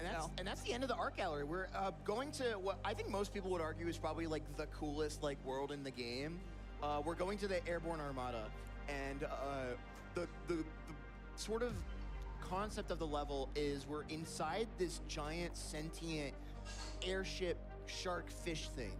And it's a little sick, and what you're intended to do is get all of these potions and throw them at like the pimples on the wall to clear up his infection. It turns out though that once you do that, it opens up the controls to like the ship's steering wheel. Say hi to Dumpling, by the way. Hi, Dumpling. Hi, I love you, Dumpling. But again, another fence in which they didn't make it tall enough, so we can tail bounce over it in order to get access to other parts of the level. Specifically, this is going to allow us to tilt the ship. And by doing that, it'll cause another egg to become accessible in the outdoor section of this level, and also get us access into the engine room. Where, so right here, we're gonna activate this switch, and then we have a pretty tight timer in order to get down that hatch right there. You see all those like giant rotating spiky things? Those are in fact back scritchers, or they're called scritches. They're scritches. Yep. They're here to scratch Mr. Carrington's back from the inside because we're inside him. That's fine. Yeah, that's canonical lore. They're Mr. Beautiful Carrington's lineup. pals. Yeah. Most people get in that door with like 1 second, by the way. Mouse Shy got in there with 8, and by going over the gate that isn't supposed to. Yeah, I think I've gotten in there with like 10 or even 11. All right, so there is a generator puzzle here, but they left the egg up there and then just bring it down into real life after you do that. And we're gonna go just take a swim in red. In the red. Yeah, red. Mr. Carrington's Kool-Aid. Yeah. Yeah. Oh, that's. I mean, he's like a sentient warship. He doesn't have blood. That'd be weird. All right. All right, so all the scritches here are on a set cycle, but they look scarier than they actually are. Their hitboxes are a lot smaller than Yeah, they look. their hitboxes are more forgiving than they look. And if we do get knocked back, we can also cancel out of it as well if we react quickly enough and press the pause button. This tunnel sucks, I hate it, but Mouse Shy got through it like perfectly. Boing. Boing. And then there's such good sound design. Yeah. It's so fun. Oh yeah, the sound design in this game is great. All right, and in a moment, so there's one more like ability that we probably can go grab and unlock, but we're not going to. It's like this bubble power. And it's intended to be used on an egg in particular that we're going to right now on the outskirts here, where, here, you'll see. Oh, hold on, this is important. This is important. Something smells good. Oh no! Oh no! Oh no, this egg. Oh no, a billboarded fire sprite. But it turns out you can just throw the potion at the egg and not use the ability as intended. It's okay. We used medicine on the egg. He's totally fine. Yep, everything's fine. I really like that each individual egg has its own design, and that one just looks like it's screaming. Yeah, and the canonical explanation for that is when Luna stole the eggs, she painted all of them. Yeah. And she painted a screaming face. Something you need to know as well, because I need to emphasize how hard this movement here is. There is an air current pressing against Finn anytime you're on the outskirts of the ship, making it just so difficult to move around. Like, and the ship is tilted, so the geometry gets funky because this is a Unity engine game. And if you know anything about Unity engine 3D platformers, you should know that collision can happen. Collision can happen to anyone at any time. Collision is real and can hurt you. So we got one more egg right here, and then we're gonna do a quit and reload, right? Yeah, and now would be a good time for a few donations, T, if you want to go ahead. You've got it. $5 in from Satan herself. Mouse, you're such a treasure, and so is this run. It's been a privilege getting to know you over these last few years, and I can't wait for many more board games together. So proud of you on your first GDQ run, and hug Luna for me. Thank you, and good luck on your run next. Everyone, make sure you stick around after my run, after the checkpoint for, the rundown, for Satan and Oz's run. Yes, and keep donating to the bonus Flavor Nexus DLC run to be added to the end of that Jazz Punk race. $3,620 left to go there. Okay, and we, So this is a very important detour, so... Yeah, you saw I knocked an apple out of the tree there. Finn was feeling hungry, but maybe not. Yeah. Sometimes you need to knock an apple down and watch it fall, learn about gravity, and then leave. Like that apple had a face. That was kind of off-putting. This is another shortcut that we're not supposed... Again, we're not supposed to be here yet because we broke kind of the intended progression of the game. So you're gonna notice here in a moment after we do some puzzling here that there's gonna suddenly be an apple in the frozen biome. And so it turns out that when you summon like things off of an object interaction like that, like smacking the tree, it will like continue to be like loaded at the exact same coordinates in another map that you load into. So I think it's at like X12, Z12 or something like that. Yeah. And so now it just will show up at that same coordinate in this world. And there's an egg that we can unlock by feeding an apple to a character who you'll see shortly. A friend and ally. Well, after we feed him. So yeah, there's our apple. Yep, free apple. Apple is transdimensional with this all the time. Okay, so here we have a sort of Lady Opal. Luna stole her eggs too, and she was very sad about this. And she did what you do when you're sad, which is you freeze your entire dimension. Yeah, of course. That's what I do every time I'm sad. Just if I crash out. Honestly. Yeah. But now she's happy again, and it's still cold, but not all completely frozen. And now we get to go meet the Gobbler! Exclamation point. He loves apples. You can see it because he has apples for eyes. Apple in your eye. That's insane. He just looks so happy. Yeah. He just looks like just elated. Absolutely blissed out on that apple. And who can blame him?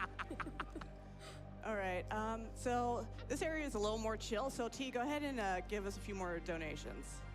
They're rolling in like the eggs in this run. $10 from Dr. W.D. Gaster. Ah, that's where the rest of my eggs went. Azura sending $10 to PCF. Egg ahoy! $5 from Rayo. This egg joke is a little strange because it's kind of bilingual, but it's also my favorite.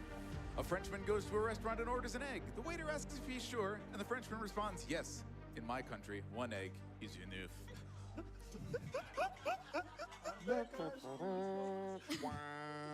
Thank you. I also just want to say as well, Mouse, great job in that room. That room in particular is really tricky. Mouse is right now using this level geometry on the outside to skip that ramp and all its intended platforming. And that takes us into the observatory where there's a really cool puzzle here. Also the prettiest egg in the game. Oh yeah, this is my favorite egg. We're collecting it right here. I go for the second switch here because the spinny thing takes a little bit longer to go around and it gives me time to turn my camera around. So build the constellation puzzle. Yeah. And egg. And Starry then Night we're Sky. gonna grab another egg on the way out by rolling down a ramp, and then probably doing my single favorite movement strat in this run. So good. The mushroom bounce of glory. So I'm not even gonna say anything. I'm just gonna let it speak for itself because it's self-evident. It's fire.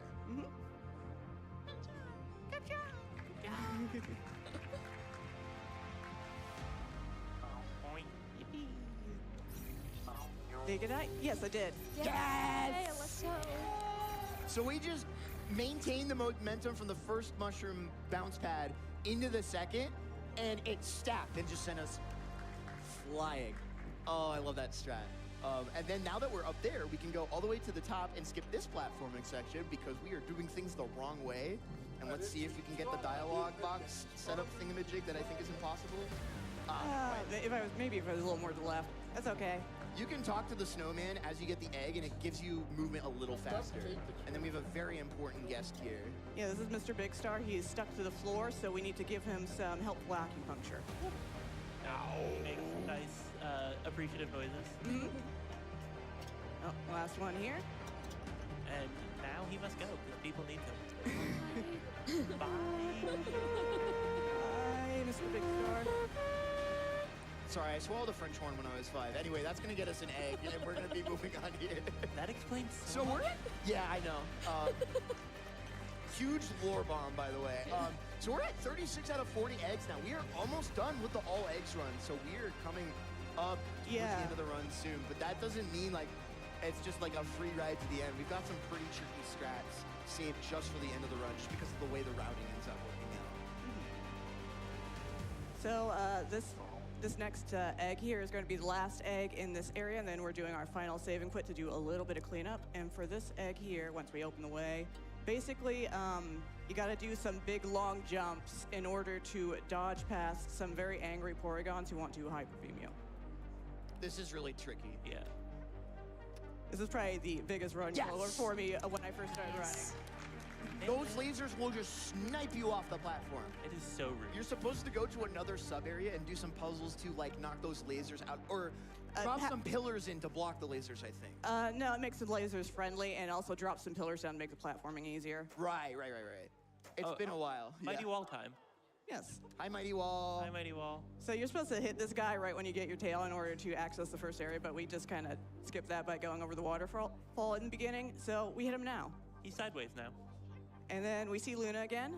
Hi, Luna. Bye, Luna. She has an active hitbox, by the way. Yeah. She is real and can't hurt you. Yeah, I had the left in order because she can knock you back if she hits you during the cutscene. Very rude. I mean, this entire game is Luna being rude, so. All right, this is like the last really sketchy room. We did a really tricky set of roll movement right there.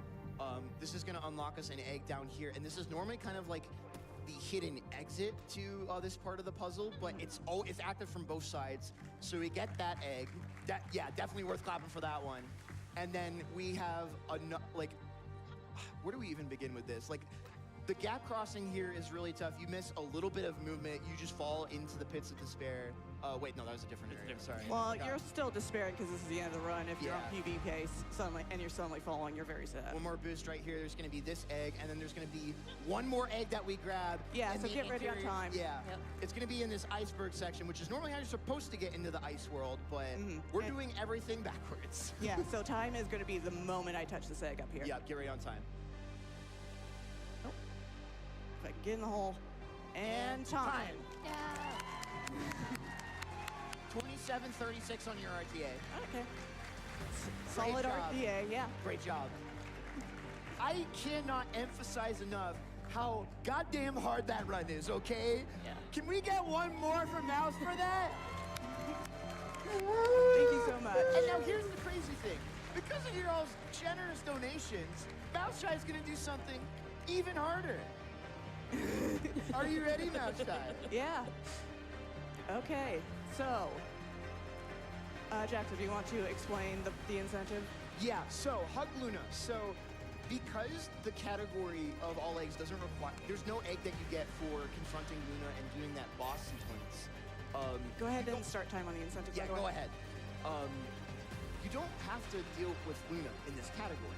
However, I'm sorry, I got distracted. I forgot there's like the ball that they like. Yeah. So adorable. So, Luna kind of acts like the final boss, and it's kind of like a platforming final boss type of thing, right? Yeah, it's kind of like the what is it, level 5 in Celeste, where you're giving yourself a hug. But here we are giving the angry artist pig a hug. Exactly. So first we're going to see a little cutscene here where Luna is having a hard time. 3 edgy 5 me. And also you may notice in the save file that I have here, Finn doesn't have wings. Yeah, so this is something that's been being workshopped and developed in the amongst the any percent runners of this game, where we have routed out unlocking the wing glide for this section, meaning that we are only able to just do this with our tail and nothing else. And Mouse Shy is going to be going for it wingless, which I cannot stress enough how ridiculously hard it is.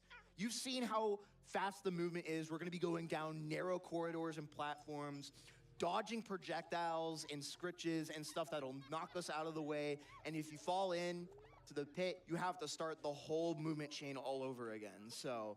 Also, oh no, what has Luna done? What has Luna done? Crystals. Crystals. What Luna has done was she cooking? crystals. She was cooking crystals. That's a rock. You can cook a rock? You can cook a rock. You can cook anything if you try hard and believe in yourself. True. Please don't cook the eggs. Yeah, no, don't do that. Okay. You can cook anything besides eggs if you try hard and believe in yourself. Yeah, like salt's a rock.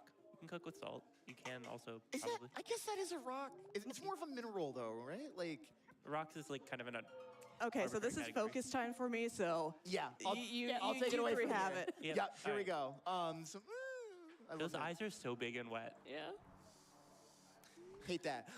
So, starting off with a jump into a tail roll, and then there's gonna be key moments you'll see Mouse Shy actually intentionally cap their own speed to bait out a projectile from Luna so that they don't take a hit in a undesirable location. So we got through the first section there. That was pretty smooth. Good save, Yeah. good save. Pausing like that resets the momentum from the hit. And as Jaxler mentioned earlier, there's no damage. You just get knocked back on hit. So if you are well-timed with your pauses, everything can be okay. There we go. And so Mouse Shy's on a little bit of an off cycle right now just because sometimes you get a bit of a weird movement through that first water section. Big roll jump here. You should be able to I'm a little too You left, might, maybe. No, you can say this. You can say it. Maybe. Come on, go up. Okay. Yes. Woo. That was scary. Now the hardest part is coming up. There's one more big strat that we got to do to get across here. 2 ways this can go. Do I get the good way? Oh, yes. Yes. Yes. That is so hard. All right. There's a back. Just don't fall off and we're good. Yep. Oh, I'm so happy I got that first try. Let's go! So the backup for that, if you miss that strat, you get in the jaws of that snake, and you have to do like the worst tail boost of all time to get up and out of Okay. No, this is what Yeah, the this people is what- donate for. This is the hug. All right, it's not fair. It's not fair. Everybody loves you. Everyone thinks you're the greatest.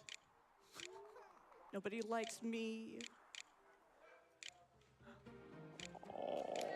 Hug. Hug. Love wins. Friendship. Yay.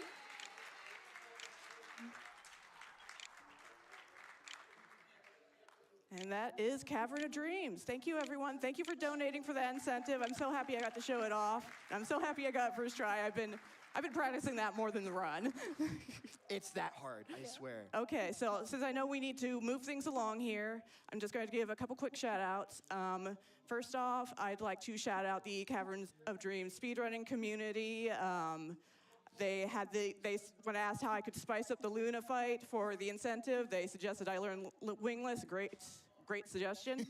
And also, thank you, Chori, in particular, for developing the practice mod. That was a super great resource to have while I was getting ready for my run here. And also, everyone's just really nice and friendly. There's a nice small community. So if this game looks, interesting at all, I mean, even just casually is really fun. I really encourage picking it up. Like, you didn't see most of the run. I super bounced over it. But yeah, pick it up, join the community. We'd love to have you. Also, shout outs to the Frame Fatales and the Lady Arcaders community. I would not be here without both of you. Thank you so much. And also, shout outs to my commentators. I go Jaxler, Crime, and yeah, plug yourselves. Go ahead. I go. I work with the Ori randomizer sometimes. Hell yeah. Yeah. Let's go, Ori Rando. Yeah. Shout out to my best friend, Remy. Hell yeah. I'm Jaxler. I play weird, cool games. I'll be doing a run later tonight, Legacy of Kain Soul Reaver at like 11:30 p.m. to midnight or so. We'll see how things go. You should be there. That's gonna be fire. I'm Metroid Prime. I stream on Twitch. I play a lot of 2D platformers, speedrun a lot of 2D platformers, so yeah. Enjoy the rest of the Enjoy the rest of the event.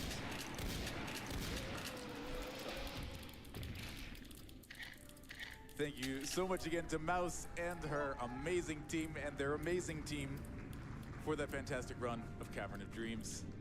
Like we said earlier, sometimes these runs you don't know anything about are some of the most amazing of a marathon. We love to be able to get to show them to you. And I love to be able to get to do what I do here on the host mic, but that is all of my time for Awesome Games Done Quick 2026. I am a T-Tree, and when we come back from a brief break, you will be listening to your favorite speedrunner's favorite speedrunner and your new favorite host, Shovel Claws. Don't go anywhere, stay tuned for more Awesome Games Done Quick 2026.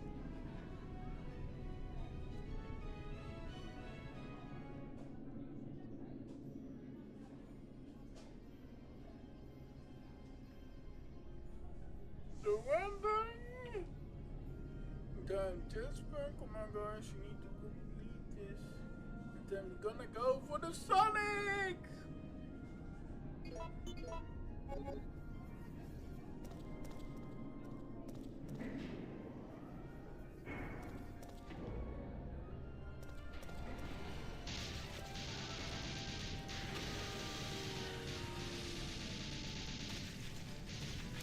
I hope so, because this Christmas was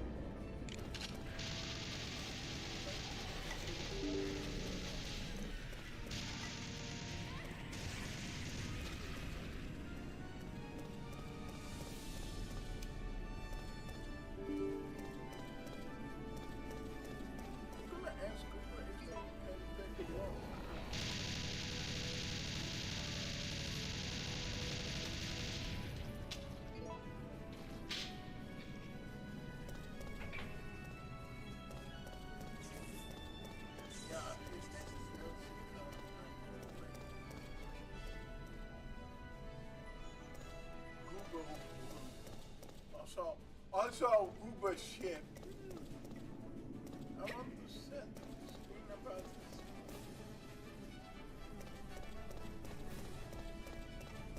Ja, maar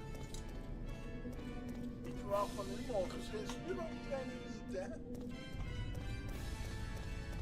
No, anyone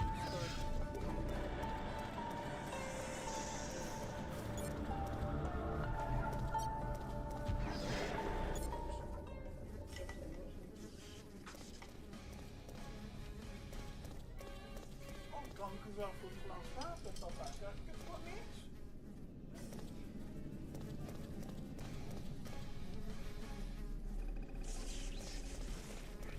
Admiral Yamina, commanding officer of the PVD Ascendant, the flagship of the Imperial Guard. Let this Hello and welcome back to Awesome Games Done Quick 2026. My name is Shovelclaws and I am so ecstatic to be here on the host desk hosting for this wonderful afternoon of runs. We are coming up on our jazz punk race between Osborne and Satan herself. It is going to be an absolute blast. You should 100% stick around from the amazing Cavern of Dreams run. We did have a few donations from that Cavern of Dreams run with some really positive messages. I am a huge fan of Cavern of Dreams. I'm like a little jealous T-Tree got to host it, but that's neither here nor there. That game is incredible, and Maushai absolutely crushed it. Just a fantastic job. We have $5 from Roro Kobo. Hi Mouse, I have been egged on and am sending puns. I hope your run is over easy and not too many tail bounces are scrambled. It's very fun to see the efforts of a hard-boiled runner and all their effort.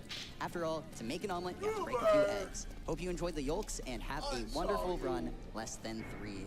Thank you so much for that $5 donation and all the egg puns. They were really funny. I got to read some of them coming in.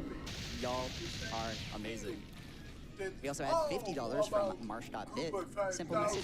Hey, that's a run during Alpha Block. Whoa. We have a profit here. And additionally, $10 from Solta. Can I offer you a nice egg in this trying time?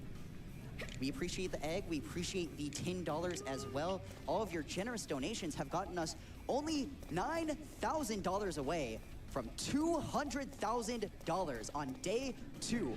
Y'all are absolutely killing it, crowd. Can we get some hype in this room for 200K very soon? Come on, get to 200K, rush!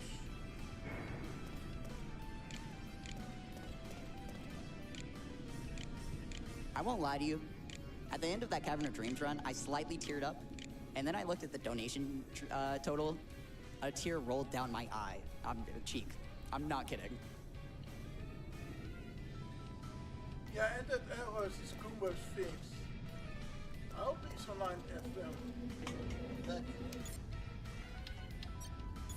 And welcome back from our break. I hope you got some water, stretched your legs, cracked your back if you're shrimping like me, and are ready for some amazing speedruns this Monday afternoon. I won't lie to you, I've wanted to sit in this stream room all day today, and now I get to host, so this is a great excuse. I am so stoked for the runs coming up today. We have Jazz Punk up next, Sonic Adventure with Witherman later, some Pokemon, some Kirby, and our amazing bonus game of Fitness Boxing featuring Hatsune Miku. It's gonna be a fantastic time. But first, we have a rundown for you of all of our amazing runs from the Interstitials team. So we will go ahead and take it on over to our interview set. Hello, everyone, and welcome to the Monday Rundown. I'm Cup. I'm joined by Spike, Vegeta, Jadlin, and Melo Acevedo, and this is our first time calling our segment The Rundown. So new name, similar segment to what you may have seen in the past, where we like to talk about games yesterday and coming up today, and things happening around the event, but just excited to have a new title for this. Have you seen the logo? It's so cute. Yeah, the logo is schedule great. At gdq.gg/schedule. Yeah.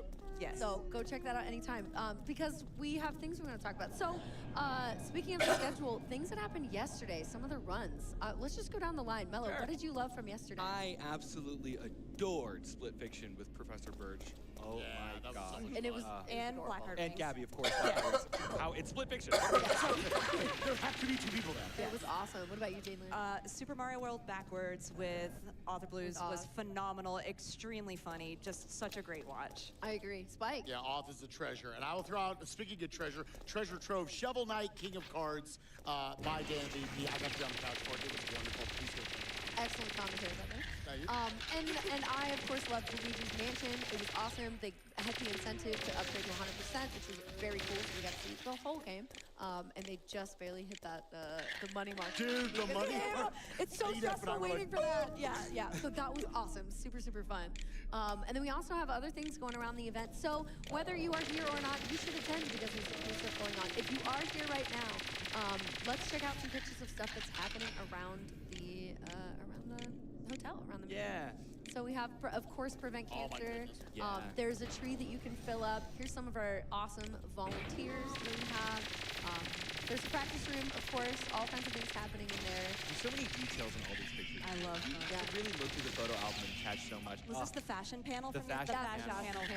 Yes, there's panels happening all week. You can check that out in the back of the practice room. Artist Alley. Yeah. And then there's Artist Alley. It's right right outside of here. It's back for the second time. Yeah, and another quick shout out here to the YIAGDQ. This is a board that we actually have here that people are filling out. You know, why do they come to these events? Why do they do this? And by the end of the week, we're going to watch it filled out completely with all the leads. Yeah. So beautiful. So go check it out. Go write stuff on there yourself. Yeah, so there's just a lot that's always happening around here. We'll be showing off more things throughout the week of just like what's going on. You can also get breakfast. Like I had the most delicious bagel this morning. Oh, dude. Stuff. Hello, GDQ. Do not adjust your stream. I am and I'm taking over this broadcast to show you some of the prizes you can win with your donation to the Prevent Cancer Foundation. Prizes like the Sleeping Kirby handmade rug from To Be a Geek, the AGDQ Crokinole board from Crokinole Chaos, and the Fitness Boxing Exercise with Me Huevos Pancheros controller from Breakfast Garage Gaming. You will be entered to win all three of these prizes with your $100 donation, but only if you donate before the end of Path of Exile 2. I will now return you to the broadcast. Good luck. I mean, the bagels are truly delicious. Yeah, I agree. So yummy. Don't forget about the milkshakes, by the way. Oh, my God. yeah, we can't forget about that, yeah. Oh, you know what? Okay, all right. Let's refocus. We should talk about some clips coming up today. Definitely. Okay, cool. We have an amazing schedule of games. Clippies! An amazing That's what they're called from now on. Clippies! Okay, there's some amazing games coming up today. Again, you can always check it out at gdq.gg/schedule. But, Spike, I know that you are excited about Sonic. That's coming up soon. Yeah, this is already like the third time I brought this up here in the first 24 hours of this event. But yeah, Witherman is going to be taking on Sonic Adventure, the original for the Dreamcast. And I mean, I love anytime you get an early 3D platformer because movement is always going to be wild, but it's also going to be a little broken. Let's just get up on this piece of scenery here. Whoop! We're going to get a big spin jump off of there. But now we've got this very classic sequence from Sonic Adventure. You're supposed to outrun this thing. Well, as speedrunners, we like to think outside the box or just straight out, way out through the box. Getting damage boosted from that all the way across. You got a big wall right here. I know Sonic's really good horizontally, but vertically, apparently that also works. Yeah. Sonic Adventure is going to be an absolute treat. If you like speedrunning, you're going to love this run. I love how broken, especially 3D Sonic games Yes. are. They are, and it just makes a really good speedrun. It does. Some of my favorite speedruns as well are Kirby. Kirby. Yeah. Are you sure you're in the Kirby? Oh. Yeah, I like Kirby a little bit. So I'm really, really excited for the Kirby and the Forgotten Land. Such a good game. We might like Kirby more if you have a little clippy. A little clippy. Oh! So Mr. Shasta's doing the Starcross World, which is the expansion or DLC, whatever you want to call it, that came out this past year. I was so excited for this. It's so fun, basically taking the levels that you have played in the past, but adding them to like changing them up. So you have all of these new areas that appear for new puzzles and platforming and things. And then kind of similar to what you might see in the base game, we're going to use our upgraded fire here, and that platform that he's going right past is supposed to be a mini boss fight. Why would we do that when we can just keep going? So we're using fire to skip it and then continue on with our day. I know there's another skip that he talked about later on that he's going to go for, and I'm really excited to see what that's all about. But for now, you're going to have to watch to find out. You're going to have to watch to find out. Darn, you have to tune in. Oh, what a shame. no. Okay, what else is coming up? Jadlin, what do you have for us? I am extremely, extremely excited that we have Path of Exile 2 on the schedule. Yeah. Path of Exile is one of my favorite games. I've only put like a couple hundred hours into 2, but I've put over 4,000 into the original game. Wow. So I love it. I want you to focus on the upper right-hand corner of the screen. This is Angormus, who's going to be our wonderful runner. This is one of the hardest fights in Path of Exile, happening in Act 3. This is the Viper Napsuatsi fight. There are so many different kinds of damage. The boss does a lot of damage herself, but all of the enemies around are doing poison damage in a random pattern that can't be predicted. This was during a very intense race, and Angormus tied with this other runner, did a fantastic job. Also, I do want to shout out, this will be Angormus's first time on stage, and we are so excited to have it. That's huge. We love seeing new runners come and be a part of the events, and it's so cool. Yes, I'm so excited. But we have something Speaking very... of enormous opportunities, hey everybody, there's a bonus game happening. Our first bonus game of the week. Our first bonus game of the week. That's right, it's fitness boxing featuring Hatsune Miku. I would talk about it myself, and I will a little bit. If you like Vocaloid, if you like shadow boxing, if you like rhythm games, take a look at this clip where Sparkle himself recorded. So this is Teo. This is one of the faster songs in the showcase, and it gets especially intense right now. Doing this entire sequence with good form is really draining, but it's also really fun, so I like it. Thanks, Miku. Thank you, Sparkle, for making that for us. So yes, make sure to donate. We need to raise about 75,000. I think we're around 70,000 left to go by the end of today to add that to the schedule. That's right. And you can check out a little bit more about this before the run itself. I know, Jadlin, you're going to be hanging out. Yes, during today's checkpoint, we're going to feature Sparkle in some interesting punch activities. Okay, awesome. Punch like the drink? Punch activities. You know what? You'll have to tune in and see. I want to know. Yeah. All right, so get your donations in for that. We also have our next run coming up, which is going to be Jazz Punk, and there's a bonus Flavor Nexus DLC run incentive for that. I know we are over a third of the way there out of that $5,000 that we need, so get your donations there. Okay, before we go, I know we have like a minute left, so I'm gonna get this out. I want to do a little mini game with you all. What? Oh. I'm not prepared. We actually did not script this part. This is not scripted. Oh no. I don't think I've ever won anything. So from some of the 8F's on the team. Now- ADEF is our resident winner. Okay, so between the games today and yesterday, I have come up with some news headline game titles, and I want you to try to guess the game from the titles, okay? All right, here we go. I believe in you. Okay, this one is man gets conned into exercising house by renowned inventor. Luigi's Mansion? Yes! Good job! Dude, that's where my brain Oh, went. sorry, I sourced that. That thing I don't know. Yeah, right. It's only a couple. I only have a few. I just thought this would be fun. Okay, the next one is teen's awkward laugh deemed more memorable than his world-saving accomplishments. Teens. Oh, Final Fantasy. I heard it all. Final Fantasy, I said that. I said that. I thought that before you said It is Final Fantasy X. That was an awesome run happening earlier this morning. They spoiled it. Okay, Blue Blur spotted terrorizing scientists. Chili dogs now in low supply. Sorry. Sonic Adventure. I want everyone to know 8F is off screen right now. sniping this one. Yes. We can hear him answering the question. He caught a stray earlier, and he's trying to get us back for it. And he's winning. Okay, here's 8F like wakes up from sleep. Yeah. Hey, Adif, will you come over here so I can cover your mouth with my hands? God. All right, here we go. I'm proud of this one. This is convicted felon has to clean up large oil spills with sentient hose. Super Mario such. Yeah. I had to say it fast because I knew it was coming in.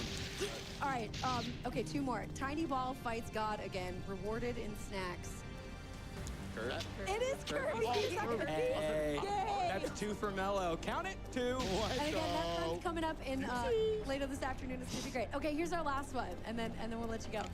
Cow spotted driving car, bewildering hundreds of locals. Is that Mario Kart? It's Mario Kart! Excellent. Thank you for playing this little mini game with me. I just thought it would be fun to fill, with you. Our first ever rundown is a blast. Yay! All right, awesome, you all. Well, I hope you enjoyed our first edition of officially titled The Rundown here on Monday. Check out the schedule to learn more. Get your donations in to support the Prevent Cancer Foundation, and thanks for hanging out with us. Excited for some jazz punk coming up next.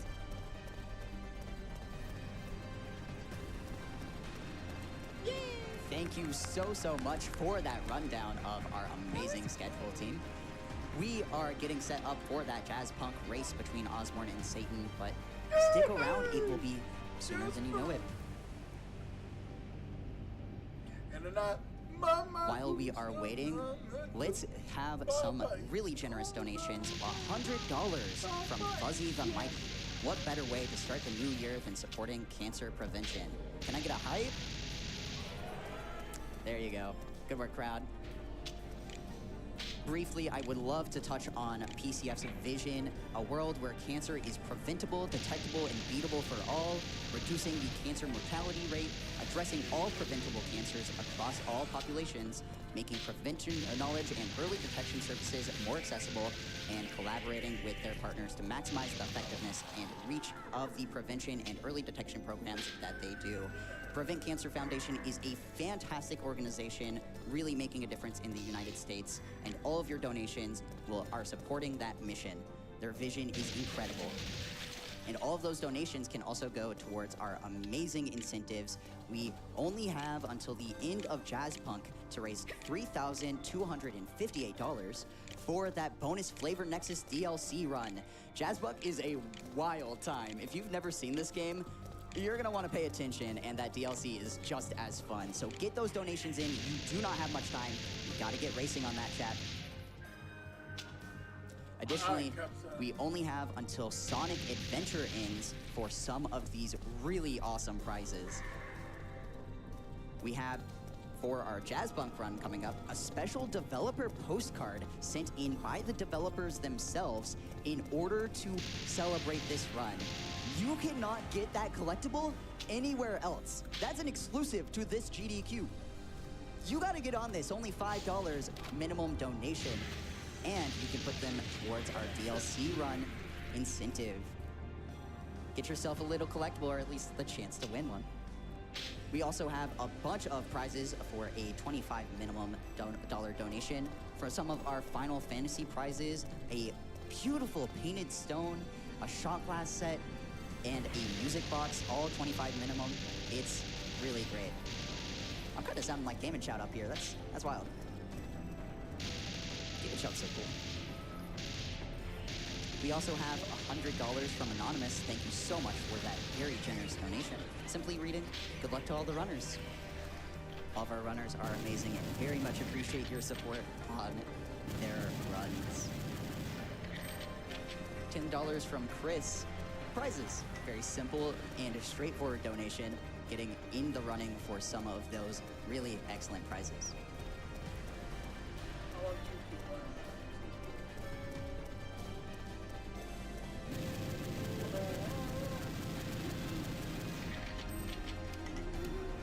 Of course, our bonus game that needs $70,000 left to get met is Miku Boxing. Oh my god, I'm so excited. We had a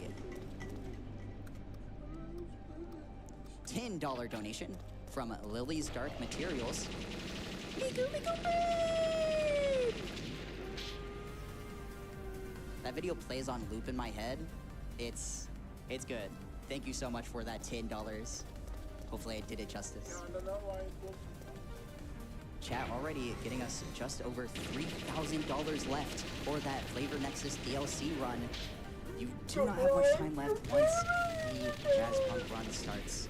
So really get on that, chat. You want to go fast. Jazz Punk is going to be hilarious. You're going to be too busy laughing to donate. I've seen what they're doing. They're cooking. It's great. Make sure to catch your breath between the laughs and, send in a donation, gdq.gg/donate for that DLC run.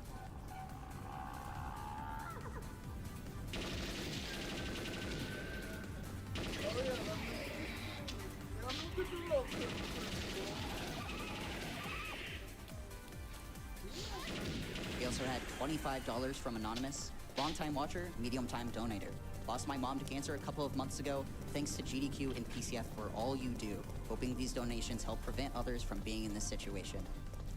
Anonymous, know you are not alone, and PCF is working so hard and so diligently, and you are making a difference. You and everyone else sending in their amazingly generous donations getting us to $192,000 for the Prevent Cancer Foundation. Thank you so much for that 25.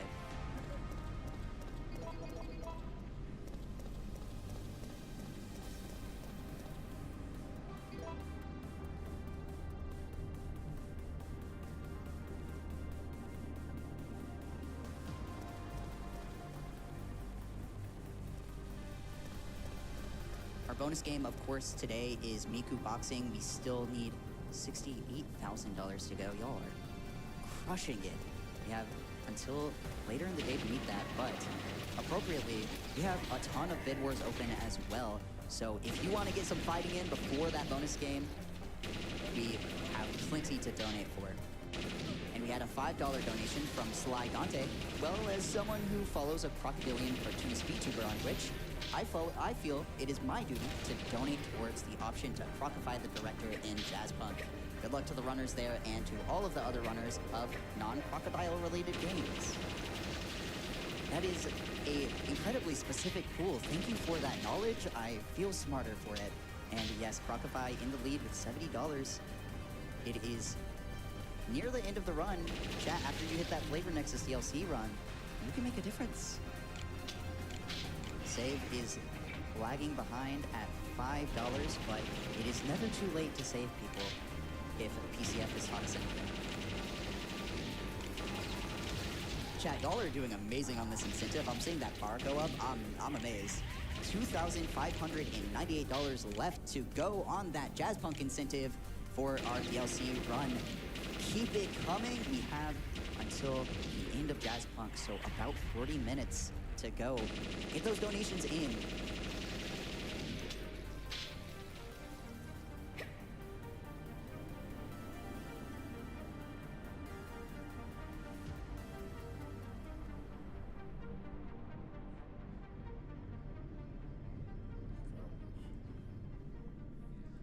A simple $5 donation from Jack P.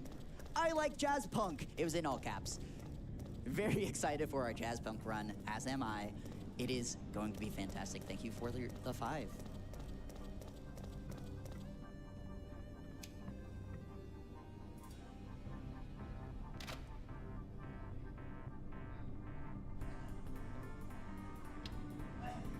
Another 5 from Anonymous.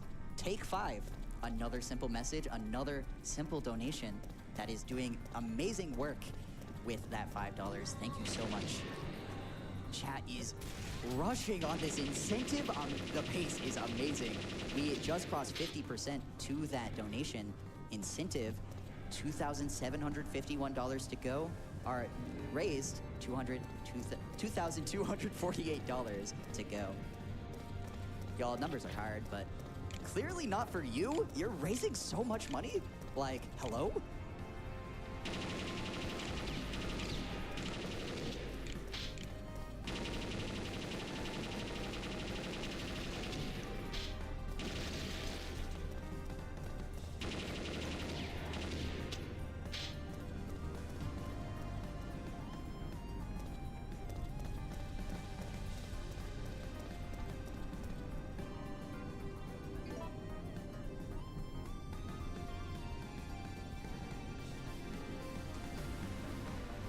$50 from Just an Ordinary Rat. Even rats can donate. You folk are doing such an incredible job.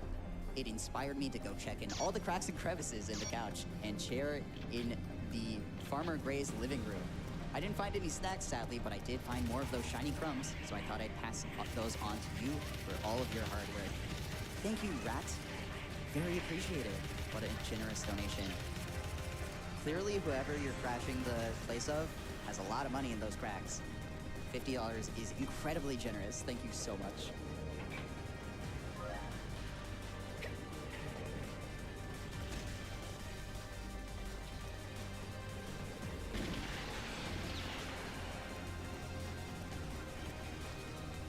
We had a $10 donation from Ganderson. Can I get some hype from the crowd? Wow, that was incredible. Y'all are doing great.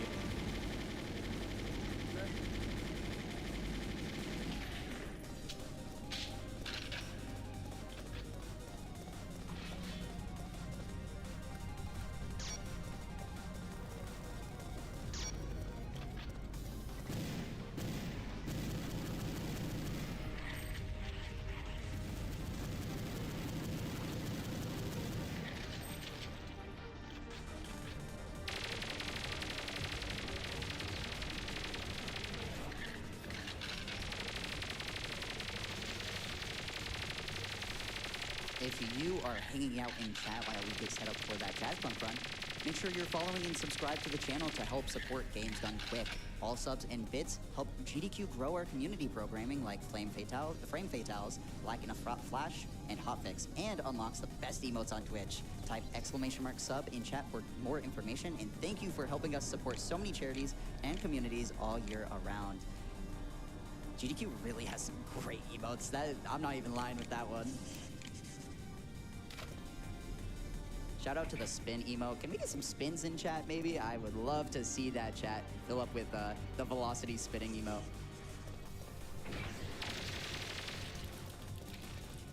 Additionally, if you have a GDQ Prime, you can absolutely hit that. It is free if you have Amazon Prime. And helps support GDQ all the same. Thank you so much, everyone, for all the spinning emotes. Oh my god! It is flying in here. Just like chat is flying to that incentive a little over $2,000 to go. $2,000 in 40 minutes, chat. Y'all got this, I believe in you.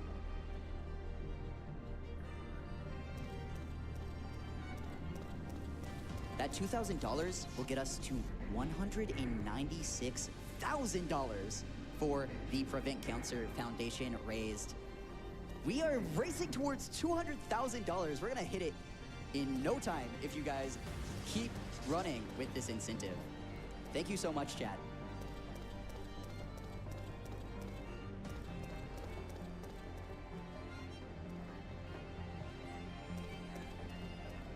$100 from Connor Rican with the energy I love to hear. No incentive left behind. Perfect. We are racing towards that incentive. Y'all are so great.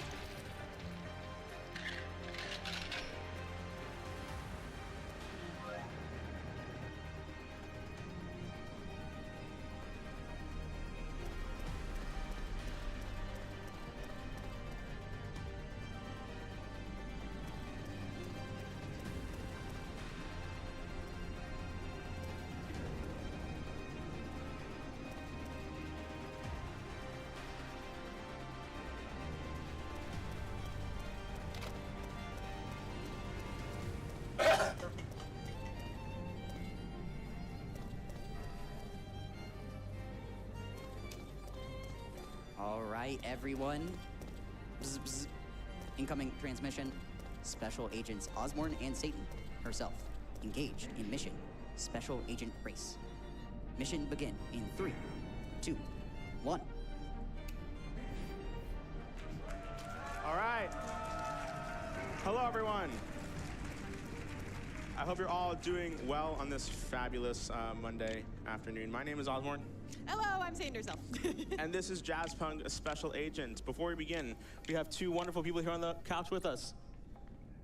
Hi, yeah, I am Mark C, and I am joined by... Hi, I'm Vane. I got called into work on my day off. I'm just here for the love of the game. Unfortunately, our original technical commentator, Hadlink, is unable to join us today, so we'll be Huge having shout out